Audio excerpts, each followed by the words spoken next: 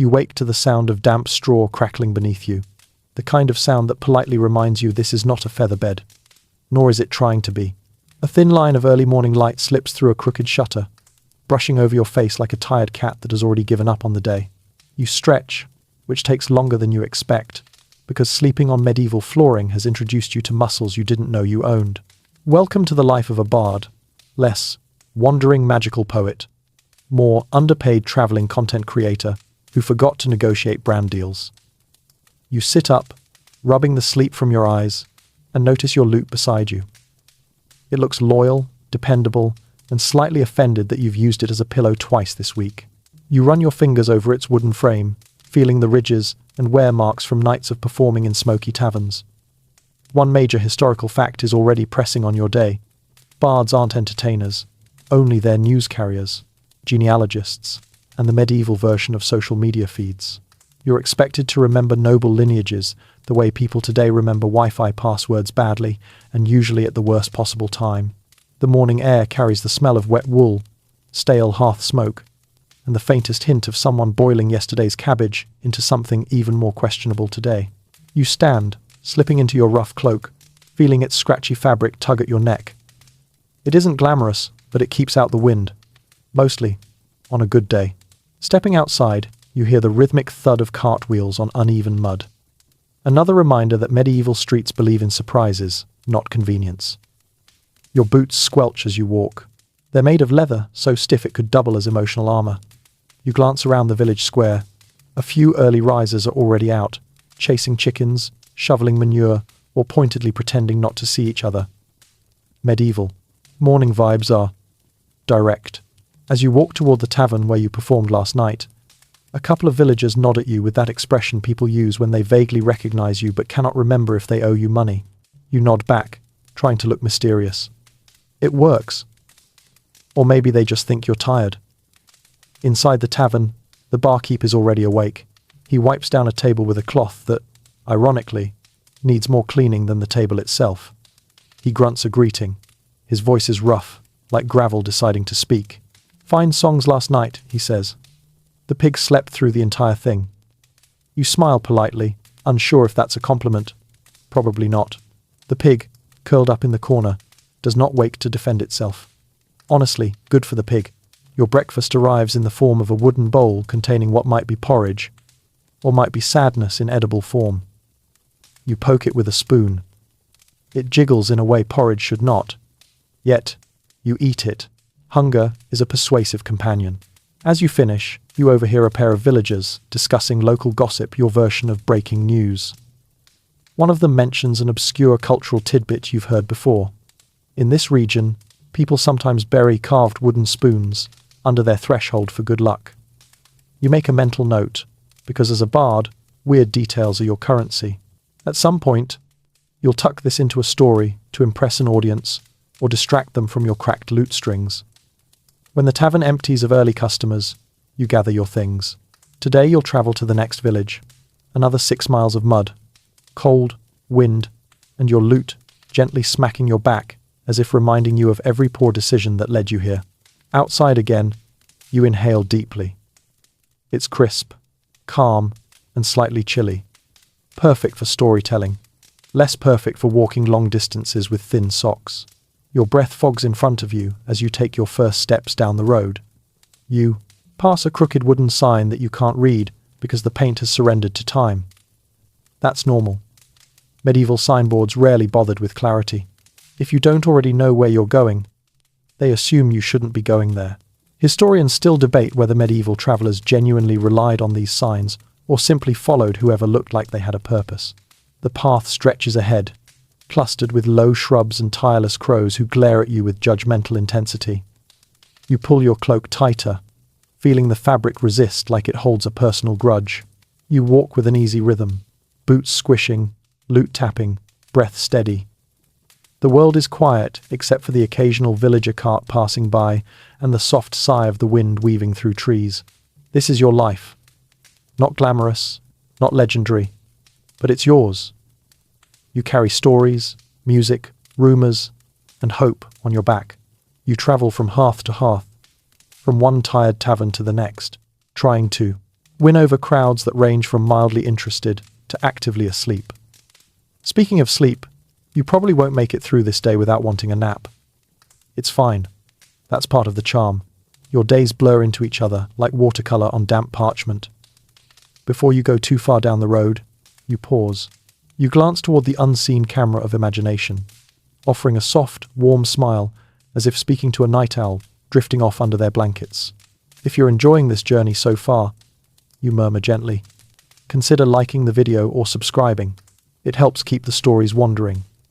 Your tone stays warm and sincere, not pushy, just companion-like. And if you feel awake enough, comment where you're watching from and what time it is over there. I'm always curious who shares these quiet nights. A breeze brushes past you, carrying the sound of distant church bells. You look down the long road ahead, exhaling softly. Now, let's ease into tonight's journey, you whisper, and you take your next slow step forward into the medieval morning, the world opening quietly around you. The road beneath your boots feels less like a road and more like a long, emotionally complicated puddle. You walk anyway, because that is what a bard does. You travel from place to place, spreading stories, songs, and the occasional rumor that may or may not have been exaggerated for dramatic flair. The morning sun hasn't committed to warming anything yet, but at least it's trying. You offer it a silent thank you, even if it still feels like breathing on a cold spoon. Your lute bumps gently against your back with each step, tapping out a rhythm that keeps you company. The instrument is old, older than some of the inns you perform in, and its strings buzz slightly, giving every song an undertone of, "I'm doing my best." You can relate. As you walk, you hum a tune from last night's set. Not your best performance, but not your worst, either. Somewhere between crowd politely nodded and crowd threw stale bread. In fairness, the bread wasn't aimed at you. It was simply thrown across the tavern for reasons unrelated to music. Still, the symbolism wasn't lost on you. The wind picks up, carrying the scent of pine and lingering wood smoke from morning hearth fires. It also carries the faint bleating of sheep somewhere in the hills, a soothing sound if you don't think too hard about how often sheep appear in medieval metaphors. You adjust your cloak again, it continues resisting like it's in a personal argument with the weather, and keep moving. A farmer passes with a cart piled high with hay. He nods. You nod. This is the full extent of medieval networking. Soon you find yourself humming louder, partly to stay warm, partly because there's no one around to judge your vocal warm-ups. You let your voice drift across the fields. The tune echoes back slightly, like the landscape itself is politely clapping. One major historical fact slips naturally into your thoughts. Medieval bards weren't just entertainers. They were expected to preserve entire genealogies, recite them accurately, and perform at noble courts without offending anyone. Which is impressive, given that nobles were surprisingly easy to offend. Forget one cousin's cousin's cousin, and suddenly you're sleeping outside with the geese. Your feet crunch over a cluster of dry leaves, and as you do, you remember an obscure cultural tidbit.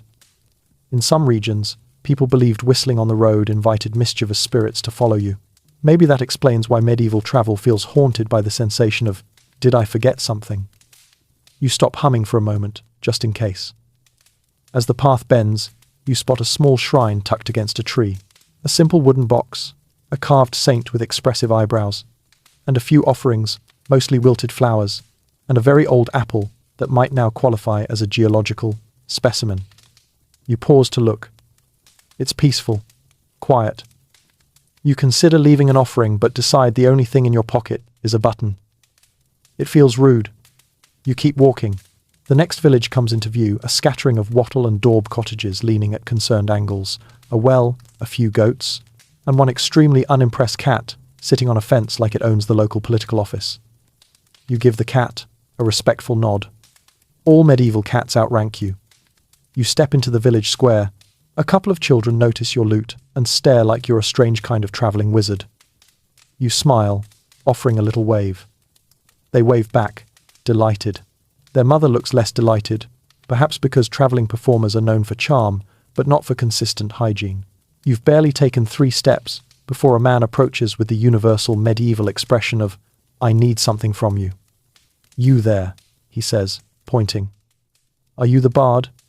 You resist the urge to Reply, "No, I'm a decorative bush," and instead nod politely. He gestures toward a cottage where a group of people gather around a small table. "We've a wedding tomorrow.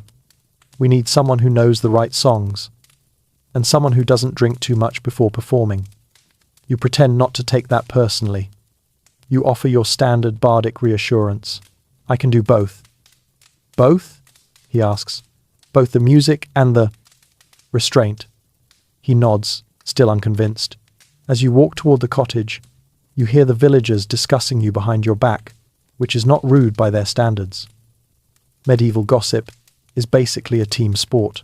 "Hope he's better than the last bard," someone mutters. "The last one fell asleep during his own ballad," someone else replies. "Honestly, that sounds relaxing," another adds. You exhale softly. Expectations. Constant, noisy expectations. Inside the cottage, they ask you to sing a few sample verses. Your throat is dry, but you do, anyway. The small room fills with your voice warm, steady, carrying notes of the road and dust and everything you've lived through. The villagers nod. Impressed. Then someone asks, "Do you know the lineage of Lord Catherine's house?" You blink. You know the vibes of that lineage, which is not helpful, so you offer a diplomatic answer. Historians still debate the full details of that lineage. They nod sagely, as if this is a perfectly valid explanation. You breathe in relief. After a short discussion and some negotiation involving food, lodging, and being allowed to keep your shoes inside, they agree to hire you for the wedding performance. It's a small win in a life made of many small wins. You step back outside, the afternoon sun warming your cheeks just enough to remind you happiness exists.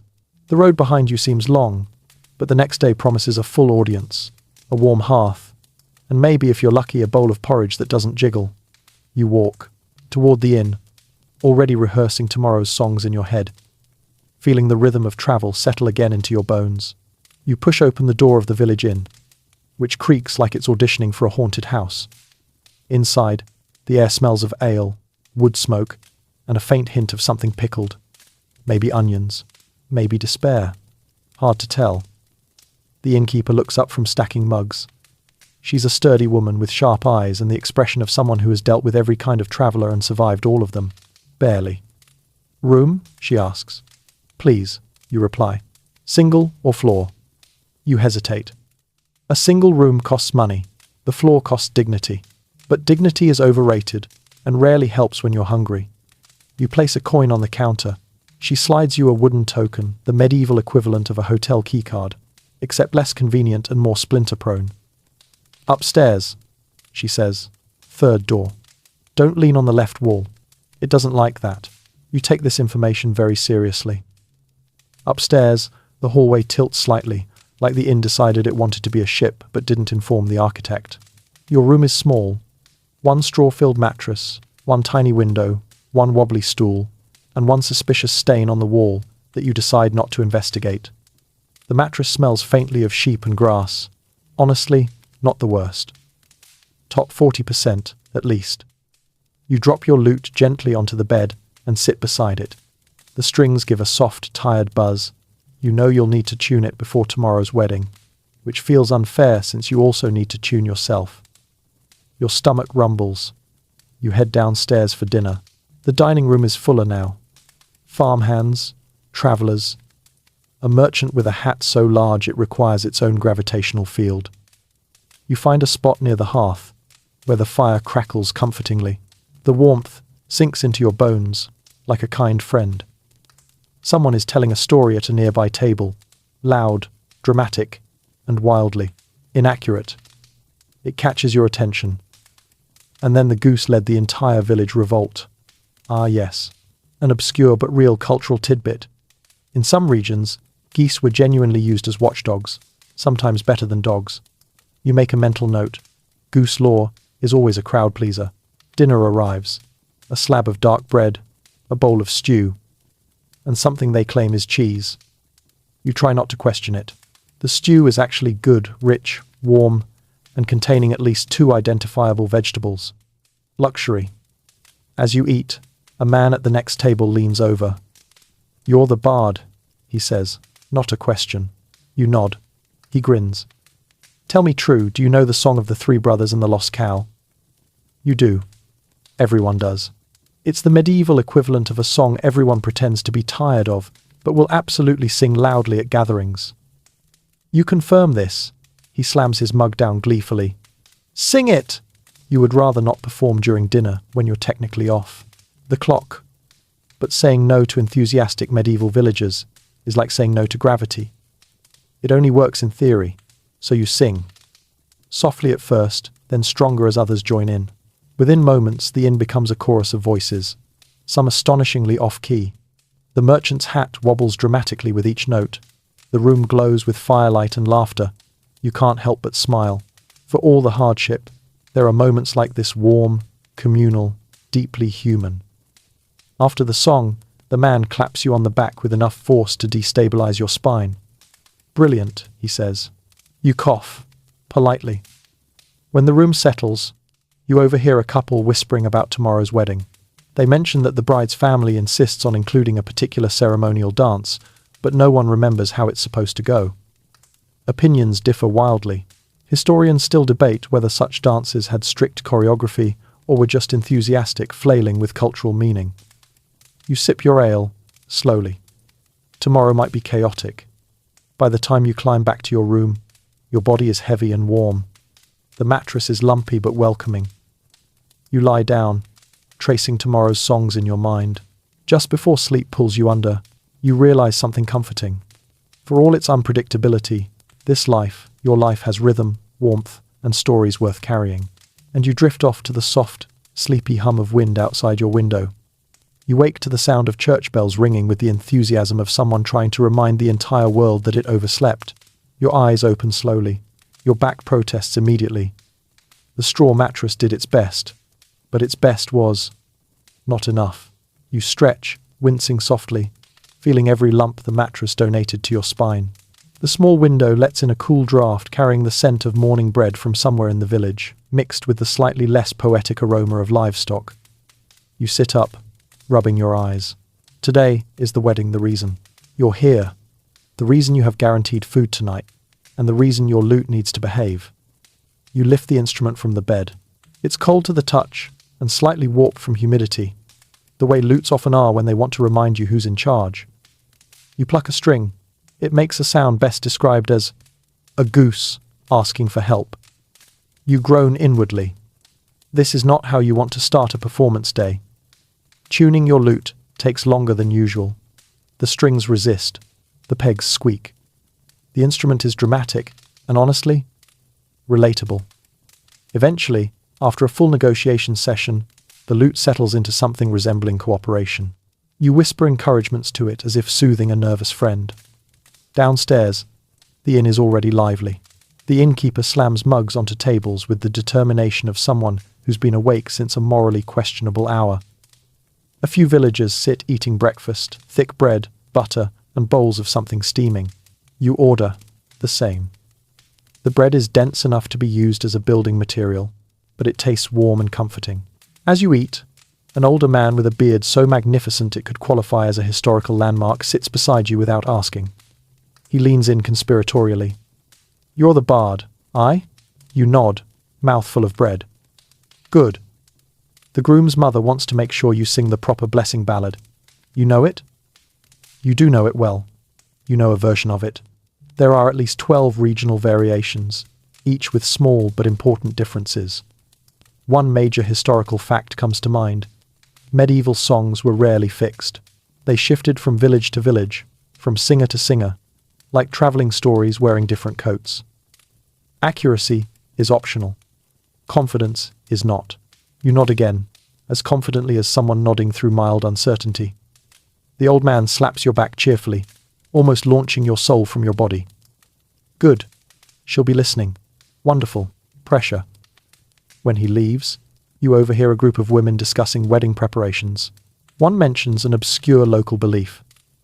Before the ceremony, the bride must step over a broom, but only if the broom's bristles face toward the sunrise.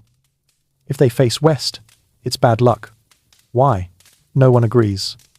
Historians still debate whether this ritual meant anything deep, or if someone long ago tripped over a broom and invented a tradition to save face.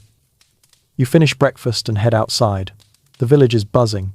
People carry baskets, hang ribbons, sweep the dirt, which is a bold, optimistic action, and bake bread in ovens scattered throughout the square. A dog trots past, carrying someone's glove triumphantly. You walk to the small open space where the wedding will be held. Right beside the church, a squat stone building that looks like it was designed by someone who distrusted straight lines. Villagers are decorating the area with greenery. Someone hands you a branch of rosemary and tells what you to make it look nice. You stick it in a thatched wreath. Someone else nods approvingly. You feel strangely accomplished. As you test your lute again, a young girl approaches. She stares at you with the seriousness of a royal advisor. "Are you going to sing the goose song?" she asks. You blink. "The goose song?" She nods eagerly. "The one where the goose marries the moon." You try to imagine this ballad. You fail. You improvise. "Not today," you say gently, "but perhaps tonight." She seems satisfied and skips away. Crisis narrowly avoided. The groom appears next, nervous, sweating, tugging non-stop at his sleeves, as if they're trying to escape him. You speak softly, reassuring him that weddings always start with nerves, especially when the entire village is watching like hawks with opinions. He nods rapidly. "My mother wants everything perfect," he whispers. You resist the urge to say, "Ah, so she's the boss," because it is already obvious. Instead, you smile warmly. The bells ring again, louder, faster, demanding attention. Villagers gather, forming a wide circle. You take your place near the center, lute ready. The bride appears at the edge of the crowd, walking with measured steps, veil shimmering slightly in the sunlight. Everyone falls silent. The ceremony begins, filled with prayers, blessings, and the occasional goat bleating at inconvenient moments. When it's your turn, you inhale deeply. The lute feels steady. Your voice rises, smooth and warm, carrying the melody over the village like a soft blanket. People sway. Some hum along. One man wipes a tear from his eye, though it may just be smoke from a nearby cooking fire. Your performance ends with smiles and applause, genuine applause, not the polite kind taverns sometimes give out of pity. It's a rare, precious moment. Even the cat on the fence looks mildly approving. The bride and groom walk hand in hand as the crowd cheers. And you? You exhale, relieved, warm, and just a little proud. You earned your supper tonight. The wedding feast begins the moment the ceremony ends, as if the villagers collectively decided, yes, love is nice, but roasted meat is nicer. Long wooden tables appear in the square like magic, carried out from homes, barns, and possibly one very confused goat shed. People spread cloths over them, some beautifully embroidered, others looking suspiciously like repurposed curtains. The smells hit you first. Roasted goose, fresh bread, spiced barley, honeyed apples, and something stew-like that defies classification but smells promising. You drift toward the tables, your stomach whispering. Finally, something not shaped like porridge. But eating must wait. You're about to start the Bard's second job, mingling. People tug at your sleeve, offering greetings, congratulations, as if you got married, and unsolicited opinions about music. You smile, nod, and try to remember everyone's name, which is impossible because half the village seems to be named Thomas. You accept the wooden cup of ale from an elderly woman who tells you, "Drink this before you sing, and your notes will melt like butter." You sip it. Your notes will not melt like butter. Your notes will stumble slightly and lean to the left. Still, it tastes wonderfully warm. Children run in circles, pretending to duel with sticks. Dogs weave between legs, scavenging fallen crumbs with the efficiency of trained professionals. A group of older men argue loudly about whether the bride's family's barley crop is superior this year or last year. You wander through all of it, absorbing the energy, letting it settle around you like a cloak. You take a seat near the fire, which crackles high, sending sparks into the dusky air. Someone hands you a plate, piled with food, an act of kindness so generous you nearly tear up. The roasted goose skin glistens. The honeyed apples steam. The bread is warm enough to make your hands feel alive again. Your first bite is heavenly. Your second bite makes you close your eyes. Your third bite confirms your theory that medieval weddings are the closest thing this era has to luxury dining. As you eat, the groom's mother approaches. She is a small woman with eyes sharp enough to cut fabric. She regards you with the evaluative gaze of someone deciding whether you have met her expectations. "You sang well," she says, which feels like receiving a royal commendation. You bow your head slightly. "Thank you. But you will sing again," she adds. Not a question, a prophecy. You nod, because saying no feels like stepping on destiny's toes. She leaves, satisfied, and you return to your food with a sigh. This is life as a bard. One moment you're savoring goose, the next you are conscripted into spontaneous encore performances by terrifyingly competent women. The sun dips lower, staining the sky with deep gold. The villagers begin dancing simple, lively circles that require coordination, which they have in spirited abundance but technical shortage. You watch them sway and spin, laughing as someone nearly collides with a barrel. The atmosphere is contagious. A young man plops beside you on the bench. "You the bard?" he asks through a mouthful of bread. You nod. He beams. "Brilliant. I've a question. Do you know stories about giants in the northern mountains?" You do. Or rather, you know a story about giants, one involving a very confused hunter and an unusually tall shadow. So you begin to tell it, weaving gestures and soft humor into the tale. The man listens, riveted.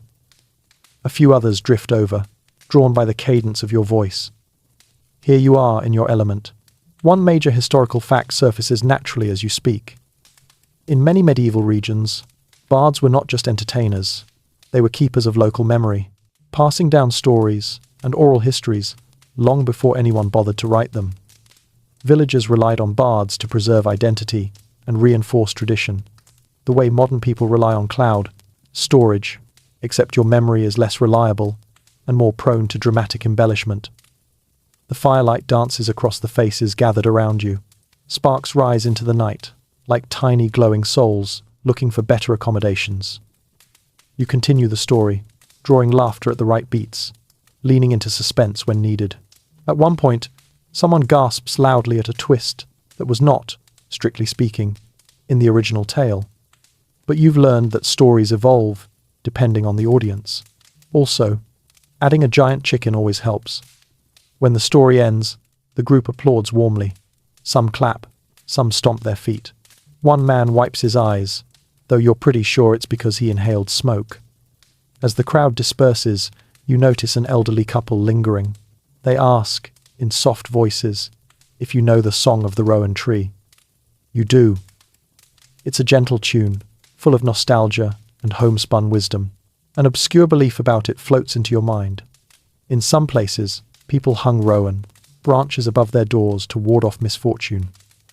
You mention this before you sing, and their eyes widen with recognition. It's a small thing, but meaningful. Your voice rises slowly, softly, becoming part of the night. Villagers hush. Even the dogs settle down. The melody floats over them all, drifting like warm smoke into the dark. When you finish, the bride herself approaches and thanks you with a shy smile. "Your song made my grandmother cry," she says. You refrain from asking whether that's good or bad, and simply bow. The groom joins her, wearing a grin that probably hurts his face by now. "It's been a perfect day," he says. Even historians would say so. You smile gently. Historians still debate what counts as perfect, but this comes close. The couple laughs softly, leaning into each other. As the night grows colder, villagers begin to drift home, carrying leftover food and sleepy children. The fire burns low. The square empties slowly, like a candle dimming. You remain seated a moment longer, your lute in your lap, the warmth of the feast still lingering in your chest. This is one of those rare nights, the ones that remind you why the road is worth traveling. You wake the next morning feeling unusually warm, which is suspicious because medieval inns rarely allow such luxuries. Then you remember. Last night's feast left you so full and comfortable that you fell asleep almost instantly, and for once, your straw mattress did not attempt to rearrange your spine. Miracles do happen. Light trickles through the small window as you sit up, stretching with a soft groan. Your clothes smell faintly of smoke, roasted goose, and the general aroma of I was hugged by 20 cheerful villagers. Not unpleasant, but not what anyone would call fresh.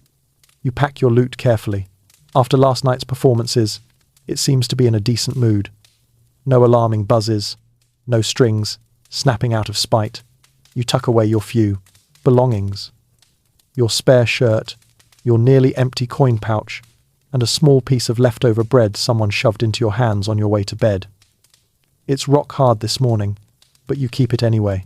Medieval logic. Downstairs, the innkeeper is already wiping tables with her eternally dirtier than the tablecloth. She gives you a curt nod before sliding a bowl of something warm in front of you. You didn't even ask. Hospitality or silent bribery, either way, you accept gratefully. As you eat, the door swings open, and the groom's mother enters with the posture of someone who runs the village when the mayor is tired. She approaches your table, expression unreadable. You stand instinctively. She places a small cloth bag into your hands. Your payment, she says. You open it discreetly, expecting perhaps a couple of coins and maybe a walnut. Instead, you find a decent handful of silver pennies. Not a fortune, but far more than you anticipated. You blink, startled. You sang. Well, she says simply. And you made my mother cry in a good way. You bow deeply. Thank you. She waves you off as if emotions are contagious. Eat, then go. Weddings attract chaos. You don't need to be told twice. Once she leaves, you check the bag again. It jingles with promise. One major historical fact drifts to mind. Payment for bards varied wildly. Some received generous coin, others received food, lodging, or an unfortunate goat they then had to care for. Today, you made enough to travel comfortably for several days. Comfortably meaning with food that is not boiled sadness. You finish breakfast, sling your loot over your shoulder, and step outside. The village is calm after last night's excitement. A few villagers sweep the ground, trying to erase evidence of dancing, spilled ale, and that one incident involving a dog and a meat pie, best left unmentioned. Someone waves at you. Children chase each other down the lane. A goat bleats aggressively at a bucket. You take a slow breath. Cool air fills your lungs clean, crisp, with the faint fragrance of yesterday's rosemary decorations. The quiet feels like a soft exhale. You walk toward the village edge, boots crunching lightly over the dirt. A rooster crows dramatically, as if auditioning for your job. The cat you met yesterday still sits on the same fence, judging you with renewed enthusiasm. You nod respectfully again. Medieval cats maintain the illusion of hierarchy. As you pass the well, an old woman calls out to you. She holds up a woven charm, thin twigs tied in a knot, decorated with a small bead. For your travels, she says. Keep it. Ward off river spirits. River spirits. You hadn't planned on meeting any, but you accept the charm with gratitude. This is one of those obscure cultural tidbits that, while you doubt its literal function, carries more comfort than you'd expect. You tuck it gently into your pouch. A young boy runs up breathlessly. Will you come back next year? He asks. You kneel slightly to meet his eyes. If the road wants me to, you say. It's both poetic and vague, perfect bardic phrasing. He beams and runs off, shouting to his friends that the bard promised. You smile sheepishly. Children take vows very seriously. At the last house in the village, a farmer stops you to ask about a rumor he heard. Is it true that in the city to the south, they have a guild just for musicians? You shrug. Historians still debate whether it counts as a guild or just a group of grumpy men arguing about who performs first. The farmer nods with great wisdom, having understood none of it, and then you're alone on the road again. It stretches out before you, muddy, uneven, and full of possibilities. Fields roll gently on both sides. Birds call from distant hedges. Your cloak flaps behind you like a reluctant flag. You feel that familiar blend of freedom and loneliness settle on your shoulders. Weddings, taverns, feasts, they're bright bursts of warmth in a travelling life. But the road is the quiet truth of it. You walk with steady steps. A breeze brushes against your face. Your loot taps your back rhythmically. The coin purse jingles lightly with each stride. Your mind wanders to last night's songs, the smiles, the laughter, the firelight, to the way people leaned in as you spoke, needing your stories as much as they needed air and bread. Being a bard means something, not something glamorous, not something profitable, but something human. You hum a melody under your breath, soft, slow, comforting. As you do, you notice a shape on the horizon, a small settlement further down the road. Maybe a tavern awaits, maybe work, maybe trouble, probably all three. You take another step, then another. Whatever waits there, you'll face it with your loot, your stories, and your ability to pretend you know far more than you do. A very useful bardic skill. You've been walking for a while, long enough for the morning chill to fade into a gentle warmth that settles comfortably against your cloak. The road curves between open fields, dotted with sheep who stare at you with the judgmental intensity of seasoned philosophers. Your boots are starting to soften with travel, which is medieval code for no longer trying to murder your ankles. As you hum a tune to keep your steps steady, you hear the faint creak of a wagon behind you. You glance back and see a small cart approaching, pulled by a donkey who looks like he's seen too much of life and didn't care for any of it. The man walking beside him raises a hand in greeting. "Morning to you," he calls out. You return the gesture. "And to you." He draws closer, and you get a better look. He's dressed in patched woolen clothes, carrying a walking stick that doubles as a personality statement. His beard is uneven, in a way that suggests it has given up trying to grow symmetrically. His eyes are sharp, though bright with curiosity. "You a bard?" he asks without preamble. You nod, because it's becoming clear that medieval people can sniff out bards the way modern people can identify Wi-Fi routers. The stranger grins. "Good. Been hoping to meet one. I've questions." This is rarely a good start. He matches your pace easily, donkey plodding behind him with the resigned patience of someone paid nothing and overworked. The man leans toward you, voice low. "Tell me, is it true bards can curse someone with a song?" You blink. "Not unless the song is performed very badly." He scratches his chin. "But I heard a bard once sang a tune so fierce it made a knight's horse flee." "That's not a curse," you reply. "That's just horses having opinions." He nods thoughtfully, clearly filing your answer away as still probably magic. As you continue walking, he launches into question after question, rapid fire, breathless, and occasionally unrelated. "Do kings actually listen to bards? Can you make my donkey walk faster with a tune? Is it true some bards can read minds? What's the best tavern for stew between here and the coast? Why do people from the next village sniff their spoons before eating?" You answer as best you can, sometimes honestly, sometimes diplomatically, occasionally sarcastically but softly, so he won't notice. One major historical fact eases naturally into your thoughts. Common folk often believed bards carried hidden wisdom, sometimes even supernatural insight, because they traveled widely and witnessed many cultures. In truth, most of your magical knowledge is just seeing things and remembering them. But the myth persists, and today, you are apparently its chosen victim. The donkey suddenly stops, staring at a patch of flowers as if contemplating whether to become a poet. The man sighs. He does this, won't move till he's ready. You nod sympathetically. "I understand. Many performers are like that." He laughs loudly, a hearty, booming sound that startles a bird from a nearby bush. Then, leaning in again, he whispers conspiratorially, "Ever hear of the Whispering Ford?" You pause mid-step. The name rings faintly familiar, like a half-forgotten bedtime tale. "I've heard mentions." He nods eagerly. "They say if you cross it at dusk, you hear voices, old spirits telling secrets. My cousin swears he heard his grandmother telling him he owed her money." You try not to smile. You've heard that story before from 3 different villages, each with their own version. It's one of those obscure cultural tidbits that travels better than most people do. But historians still debate whether those voices were spirits, you add thoughtfully, or just the wind shifting through the reeds. He looks impressed. You talk like a scholar. "Only when I'm tired," you say. You reach a small crossroads. One road leads toward the settlement you saw earlier. The other heads toward rolling hills and a forest that looks lovely now but probably turns terrifying by late afternoon. The stranger stops. "This is where I turn," He offers his hand. You shake it. His grip is firm. His donkey sniffles at you, possibly judging your life choices. Thank you for the stories, the man says, and the company. Not often I meet someone who knows things.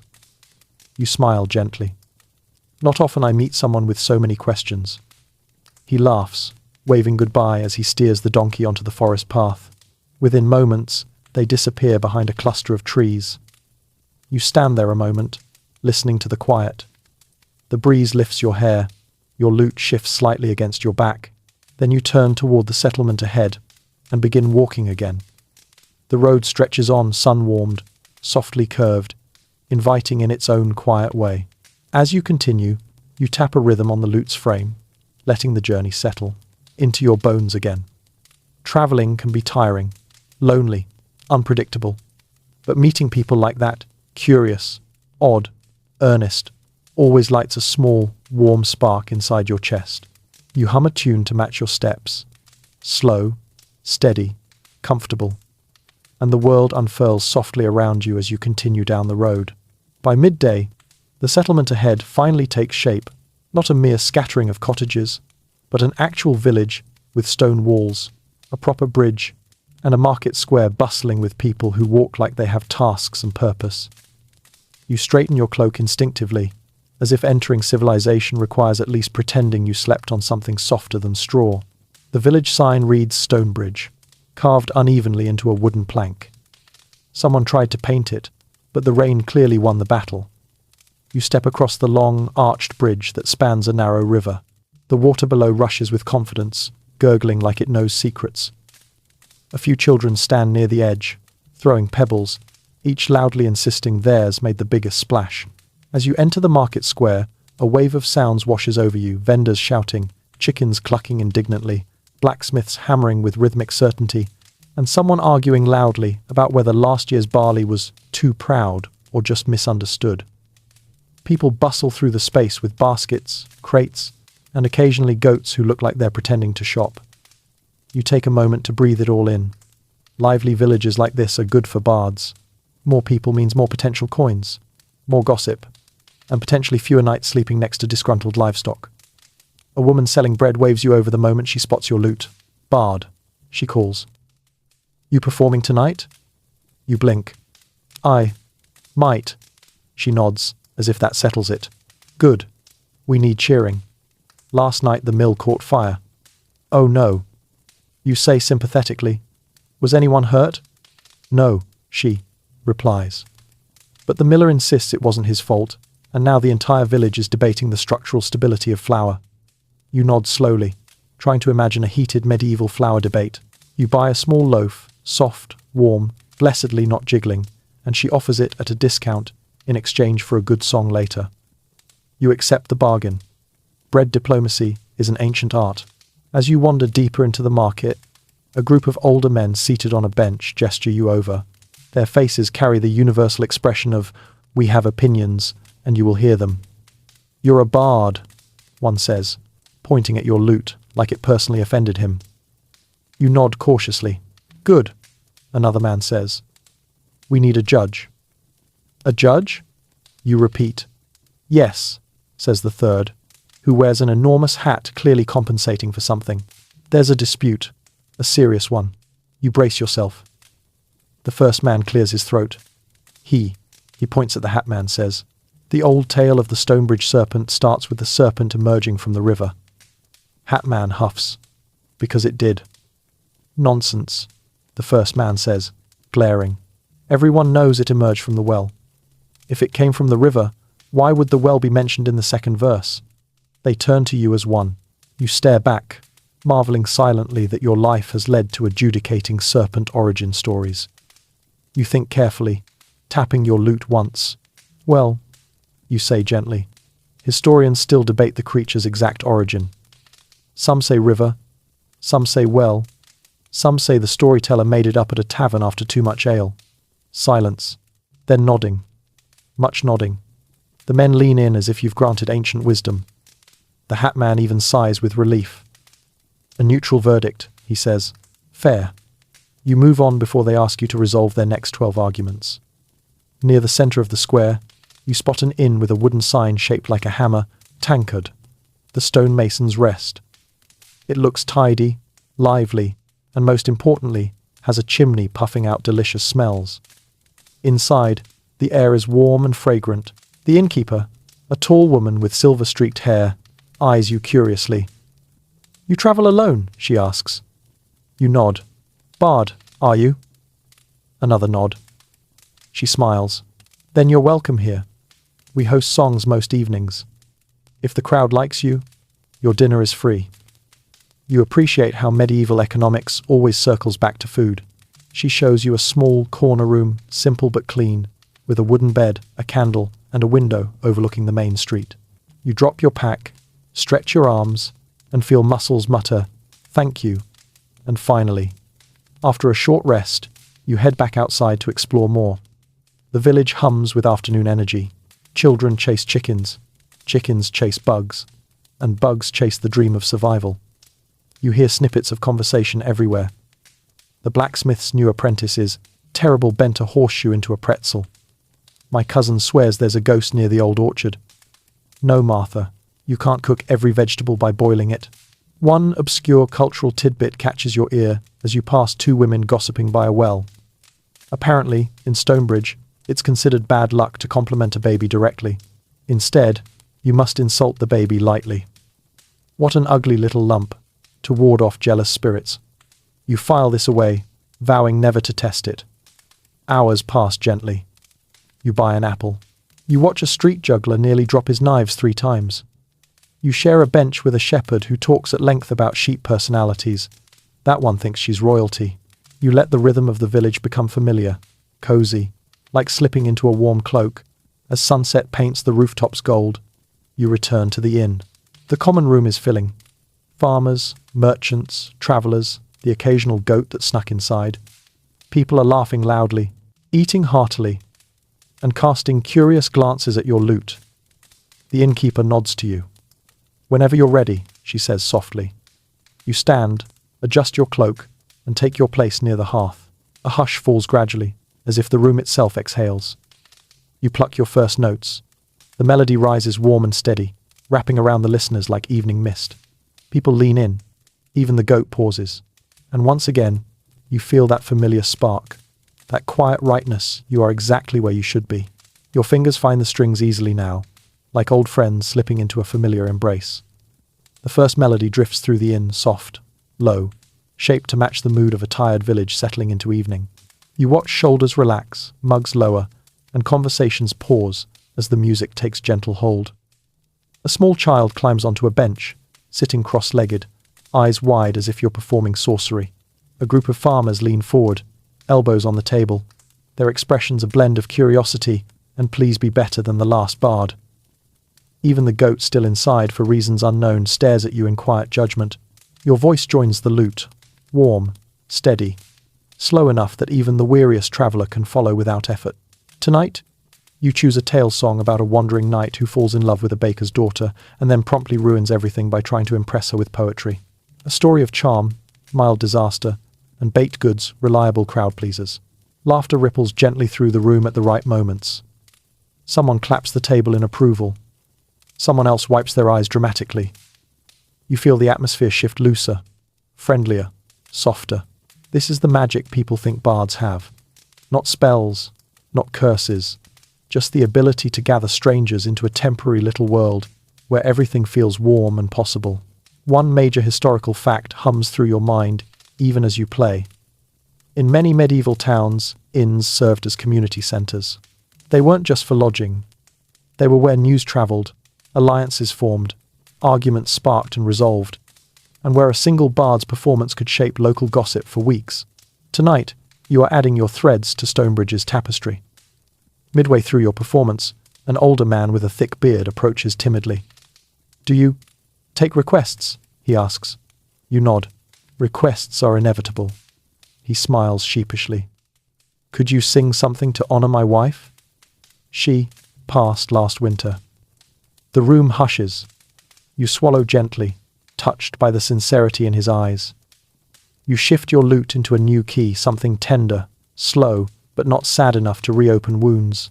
A quiet tribute, Your voice softens, like lantern light flickering across old memory. The melody flows through the inn, weaving warmth around the man's grief. When the song ends, he places a single silver coin at your feet and nods in gratitude, unable to speak. The moment sits in the room like a held breath. Then, slowly, the inn stirs again, soft murmurs, gentle smiles, glances in your direction, filled with something warmer than coin. You finish the night with 2 more songs, light and playful to bring the mood back to balance. When your final chord fades, the inn erupts into applause, not loud or rowdy, but heartfelt. Real, the kind that tugs at the corner of your mouth and whispers, "You did well." People begin approaching you offering thanks, compliments, more questions than any one human reasonably needs to answer. A woman presses a small loaf of fruit bread into your hands for breakfast, dear. A boy shyly asks if you'll teach him a chord tomorrow. A merchant offers to tell you a rumor about a monk who grew a turnip the size of a baby cow. Eventually, the crowd thins. The fire lowers to embers. The tables clear. You sit back, exhausted but quietly glowing from inside. That's when the innkeeper approaches. She sits across from you, folding her hands with the calm precision of someone about to deliver a serious conversation. Her silver-streaked hair catches the firelight, her expression unreadable but not unfriendly. "You handled them well," she says. "Most bards either drink too much or sing too loudly." You smile. "I try not to do either." She nods once. "Good." Stonebridge appreciates balance. You tilt your head. "Balance?" She hesitates a moment, a small pause that says she is choosing words carefully. "There is something you should know," she begins, lowering her voice. "Not all travelers enjoy such warm evenings here. Stonebridge is peaceful, yes, but it is also watchful." You blink. Watchful of what? The innkeeper glances toward the dark windows, as if expecting the walls to listen. "Strangers," she says softly. "The village has dealt with unpleasantness." You lean forward. "Bandits?" She shakes her head slowly. "Not exactly. That is profoundly unhelpful." Seeing your confusion, she sighs. "We lost someone 2 weeks ago. A merchant, fine man, stayed in this very inn, disappeared on the road north. No sign of him since." Your shoulders tense. The warmth of the evening settles into something colder. "Do you know what happened?" you ask. "No." Her voice softens. "That's the trouble. Nobody does. There are rumors, some say he was taken, some say he fled debts, some say the forest spirits were angered." You try not to visibly react to forest spirits. She continues, quiet but firm. "Whatever the truth, travelers are cautious right now. And the villagers, they protect their own." She looks at you meaningfully, "Which means you should be careful tomorrow. Don't wander the northern paths alone." You sit back slowly, absorbing her warning. Stonebridge seemed lively, warm, harmless.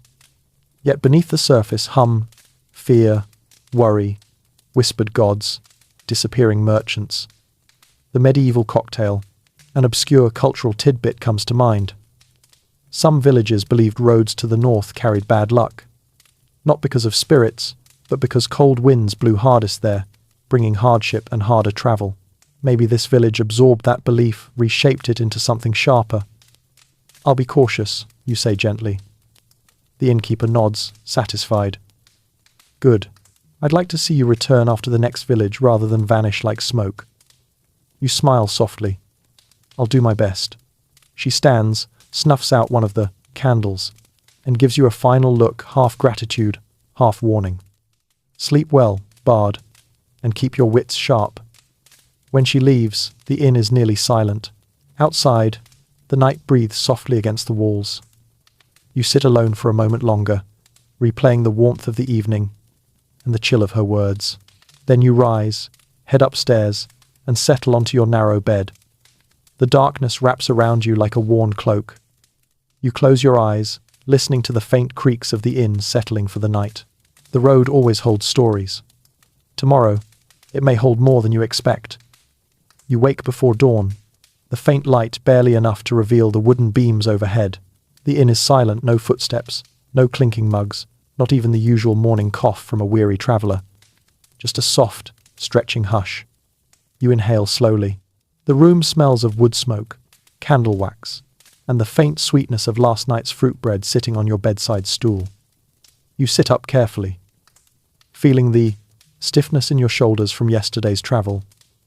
Your cloak hangs on the wall peg like a tired bat. Your lute rests beside your bed, quiet and watchful, as though it knows today might require more than just pleasant tunes. The innkeeper's warning lingers in your mind: disappearing merchants, northern roads, watchfulness. You rub your eyes and exhale. Not exactly the comforting bedtime story you'd hoped for. Still, the world is calling, and bards don't get paid to stay in bed. You dress, sling your lute gently across your back, and descend the stairs. The common room is empty, except for the innkeeper, who stands by the hearth, stirring a pot of morning porridge that seems slightly less tragic than usual. She glances up when you enter. "Morning," she murmurs. "Morning," you reply. She gestures toward a bowl and ladle. "Eat before you go. It's warmer than the road." You obey, filling a bowl with porridge and taking a seat near the fire. It's thick, creamy, and dotted with bits of dried apple, an upgrade made possible, no doubt, by last night's lively crowd. You eat slowly, watching the flames flicker in the hearth. "You heading north?" she asks after a moment. "Eventually," you say, stirring your bowl, "but I may stop in the next village first." She exhales, relieved. "Good. Keep to the main path. People vanish when they get curious." You chuckle softly. "I try not to be curious before noon." She almost smiles. Almost. You'd be surprised how many travelers wander where they shouldn't. You nod, taking the warning seriously, even as you offer light humor to balance the mood. It's a bard's instinct to keep things warm, keep things manageable. When you finish eating, she hands you a small wrapped parcel. "For later," she says. "It's nothing fancy, just bread and cheese." You pause, touched. "Thank you."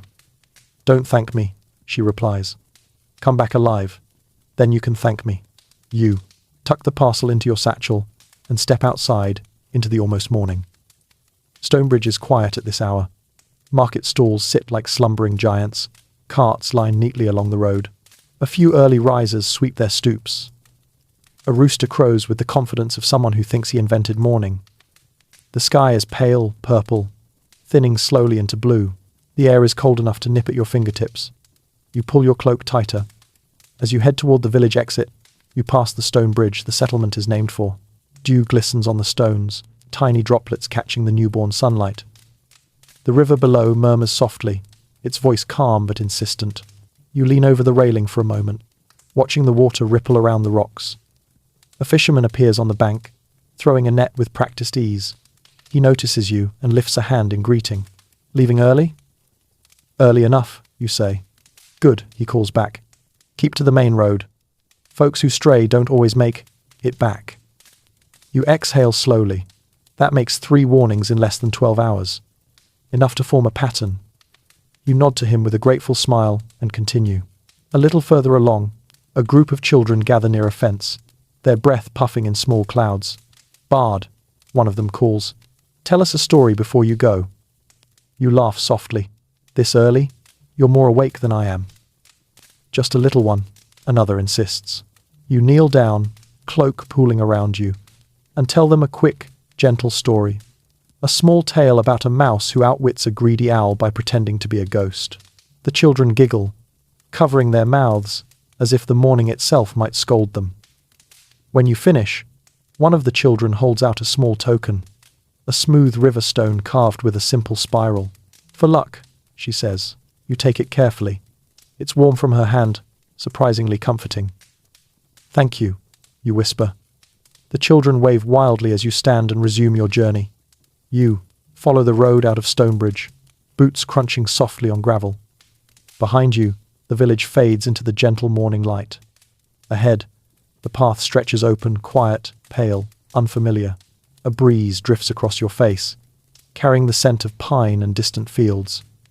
You pause, adjusting your lute strap, and let your thoughts settle. 3 warnings. Disappearing travelers, a merchant who never arrived at his next stop. And now you, walking the same direction, One obscure cultural tidbit pops into your mind. Some medieval travelers believed that singing lightly while walking kept evil spirits away, not because spirits disliked music, but because the sound proved you weren't afraid. You consider this. Then you hum a soft, steady tune. Not cheerful, not fearful, just present. A melody that fits the quiet road and the rising sun. The path bends gently ahead. You take your next step. You keep humming, and the morning watches quietly as you walk. The road north of Stonebridge begins, pleasantly enough. The sun rises at your back, filtering through thin morning clouds like warm honey poured across the sky. Birds wake gradually, calling to one another from hedges and tree branches. Even the breeze feels companionable, nudging your cloak instead of slapping it. For a while, everything is quiet and harmless. Ordinary. The kind of morning that makes you briefly forget warnings, missing merchants, and innkeepers with haunted expressions. Your boots crunch in a steady rhythm. Your lute taps lightly against your spine. You hum the same tune you started in Stonebridge, soft, melodic, unobtrusive. Partly to soothe yourself, partly because the sound of your own voice feels comforting on a lonely road. A mile or so out, the path narrows between tall trees. Not a forest exactly, but shaded enough that the air cools, and the sunlight breaks into streaks across the ground. The leaves whisper overhead, nudged by a wind that seems slightly less friendly here. Your steps slow, without you meaning them to. It's not fear, just caution, like the body remembering old instincts long buried by modern comforts. You tell yourself there is nothing unusual about trees whispering. Trees are notorious gossipers. Still, you adjust your lute strap again, just to feel the familiar weight. As you walk deeper into the shade, you notice the silence thickening. Not total, but selective. Birds, quiet. Wind softens. Even your own footsteps sound dampened, as if the earth is trying to be discreet. You pause, listening. Nothing obvious, just quiet. That's normal, you murmur to yourself. Just morning settling. But then it happens. A faint sound, soft, quick, unmistakable, comes from behind you. A twig snapping. You stop, slowly turn. The road behind you curves out of sight, bordered by bushes and uneven trees. Nothing moves. No travelers, no animals. You wait a moment longer. Still nothing. You exhale, aware you've been holding your breath. Probably a squirrel. You say under your breath. Except you see no squirrel, or bird, or anything. You shake your head, forcing yourself forward. Fear is rarely helpful, and often embarrassing. Many bards throughout history have been startled by woodland creatures and lived to never speak of it again. You intend to uphold that tradition. The road continues into a patch of taller grass, brushing your boots. A dragonfly zips past your ear, giving you a brief heart attack before you recognize it. You walk a little faster. A mile later, the trees thin again, and open land stretches out before you, rolling hills dotted with heather and low shrubs. Relief washes through you, like stepping out of a dim corridor into a sunlit courtyard. The wind returns, brushing your cheeks softly. You let out a small laugh you didn't realize you'd been holding back. See? You mutter. Overreacting. That's all. But then you notice something in the dirt. Footprints. Human footprints. Not alarming by themselves, this is a road, after all. But these prints aren't traveling with the road. They cut across it, from the trees on your right to the trees on your left. Deep prints. Large prints. The kind made by someone moving quickly. Urgently. Not strolling. Not meandering. Running. You crouch and examine them. One major historical fact whispers in your thoughts. Medieval travelers often disappeared without explanation, their fates unrecorded, their stories lost somewhere between villages and horizons. Roads could be dangerous bandits, wolves, accidents, sudden storms, but footprints like these suggest something recent, and recent is unsettling. You stand slowly, glance toward the trees on either side. Both edges look still, quiet, unmoving. Too quiet. You wipe your palms against your cloak and continue, albeit with heightened awareness. Your humming resumes, but your voice is lower now, controlled, less comforting, more practical. Mist gathers slightly as you enter a dip in the terrain. The air cools again. The road begins sloping gently downward, following the bend of a small valley. To your right, a cluster of tall pines rises dense, dark, with branches that crochet together like an old widow guarding secrets. To your left, the land opens into a marshy meadow, dotted with reeds and tiny white flowers. You choose to look at the flowers. Flowers don't judge you for being tense. Then another sound, closer this time. A rustle, a definite rustle. You stop dead in your tracks, heart tripping over itself. Hello? You call. Because medieval etiquette dictates that you must greet possible danger politely. Silence answers. You swallow. Animal, you whisper. Probably. You force yourself forward again, each step measured, careful. As you continue, your mind tries to lighten the mood with humor, a natural bardic defense mechanism. Maybe it's a deer, maybe it's just wind, maybe it's a very shy person who doesn't want to say hello, maybe it's... Your thoughts cut off sharply, because the road opens up to a fork, and in the center of that fork, lying in the dirt as if placed deliberately, is an object. A cloak. A traveller's cloak. Not old, not weathered, not half-rotted, new, whole, abandoned. You freeze. Wind stirs the fabric slightly, lifting one corner like a beckoning finger. You approach slowly, every instinct on high alert. You kneel beside it, touching the edge with cautious fingers. The material is clean.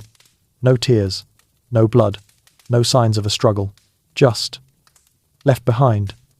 A cold shiver trickles down your spine, as delicate and unwelcome as ice water. People don't leave cloaks behind, especially on the road, especially not a cloak this well made. You stand, scanning the landscape. Mist curls around your ankles. The reeds sway. The pines stand silent. You hear a far-off bird cry sharp, sudden, almost startled. The world feels like it's holding its breath again.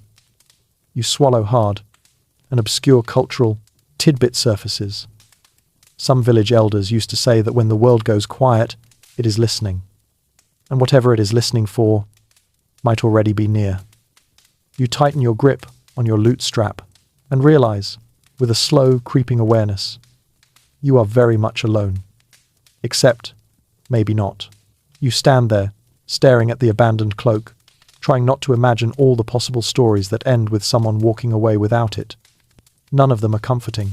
You nudge it gently with the tip of your boot, half expecting something terrible to roll out from underneath. Nothing happens.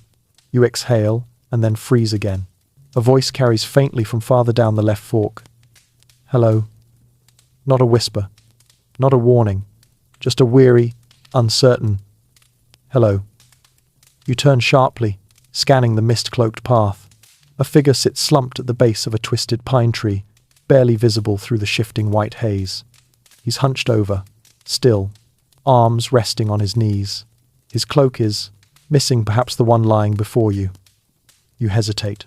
Every instinct you possess wants to turn around, walk back to Stonebridge, and tell the innkeeper you've decided to pursue a career in indoor storytelling only. But you're a bard, and curiosity is your most persistent flaw. So you step forward slowly. Are you hurt? You call out gently. The man lifts his head, and for a moment, you're struck by the emptiness in his eyes. Not fear, not pain, just hollow exhaustion.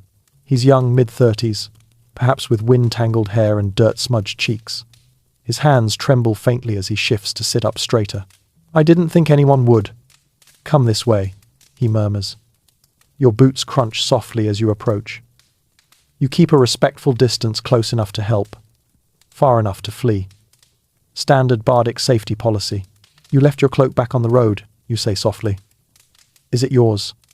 He looks past you, as if trying to remember. Yes, I think so. I dropped it. Dropped? You echo gently. Are you injured?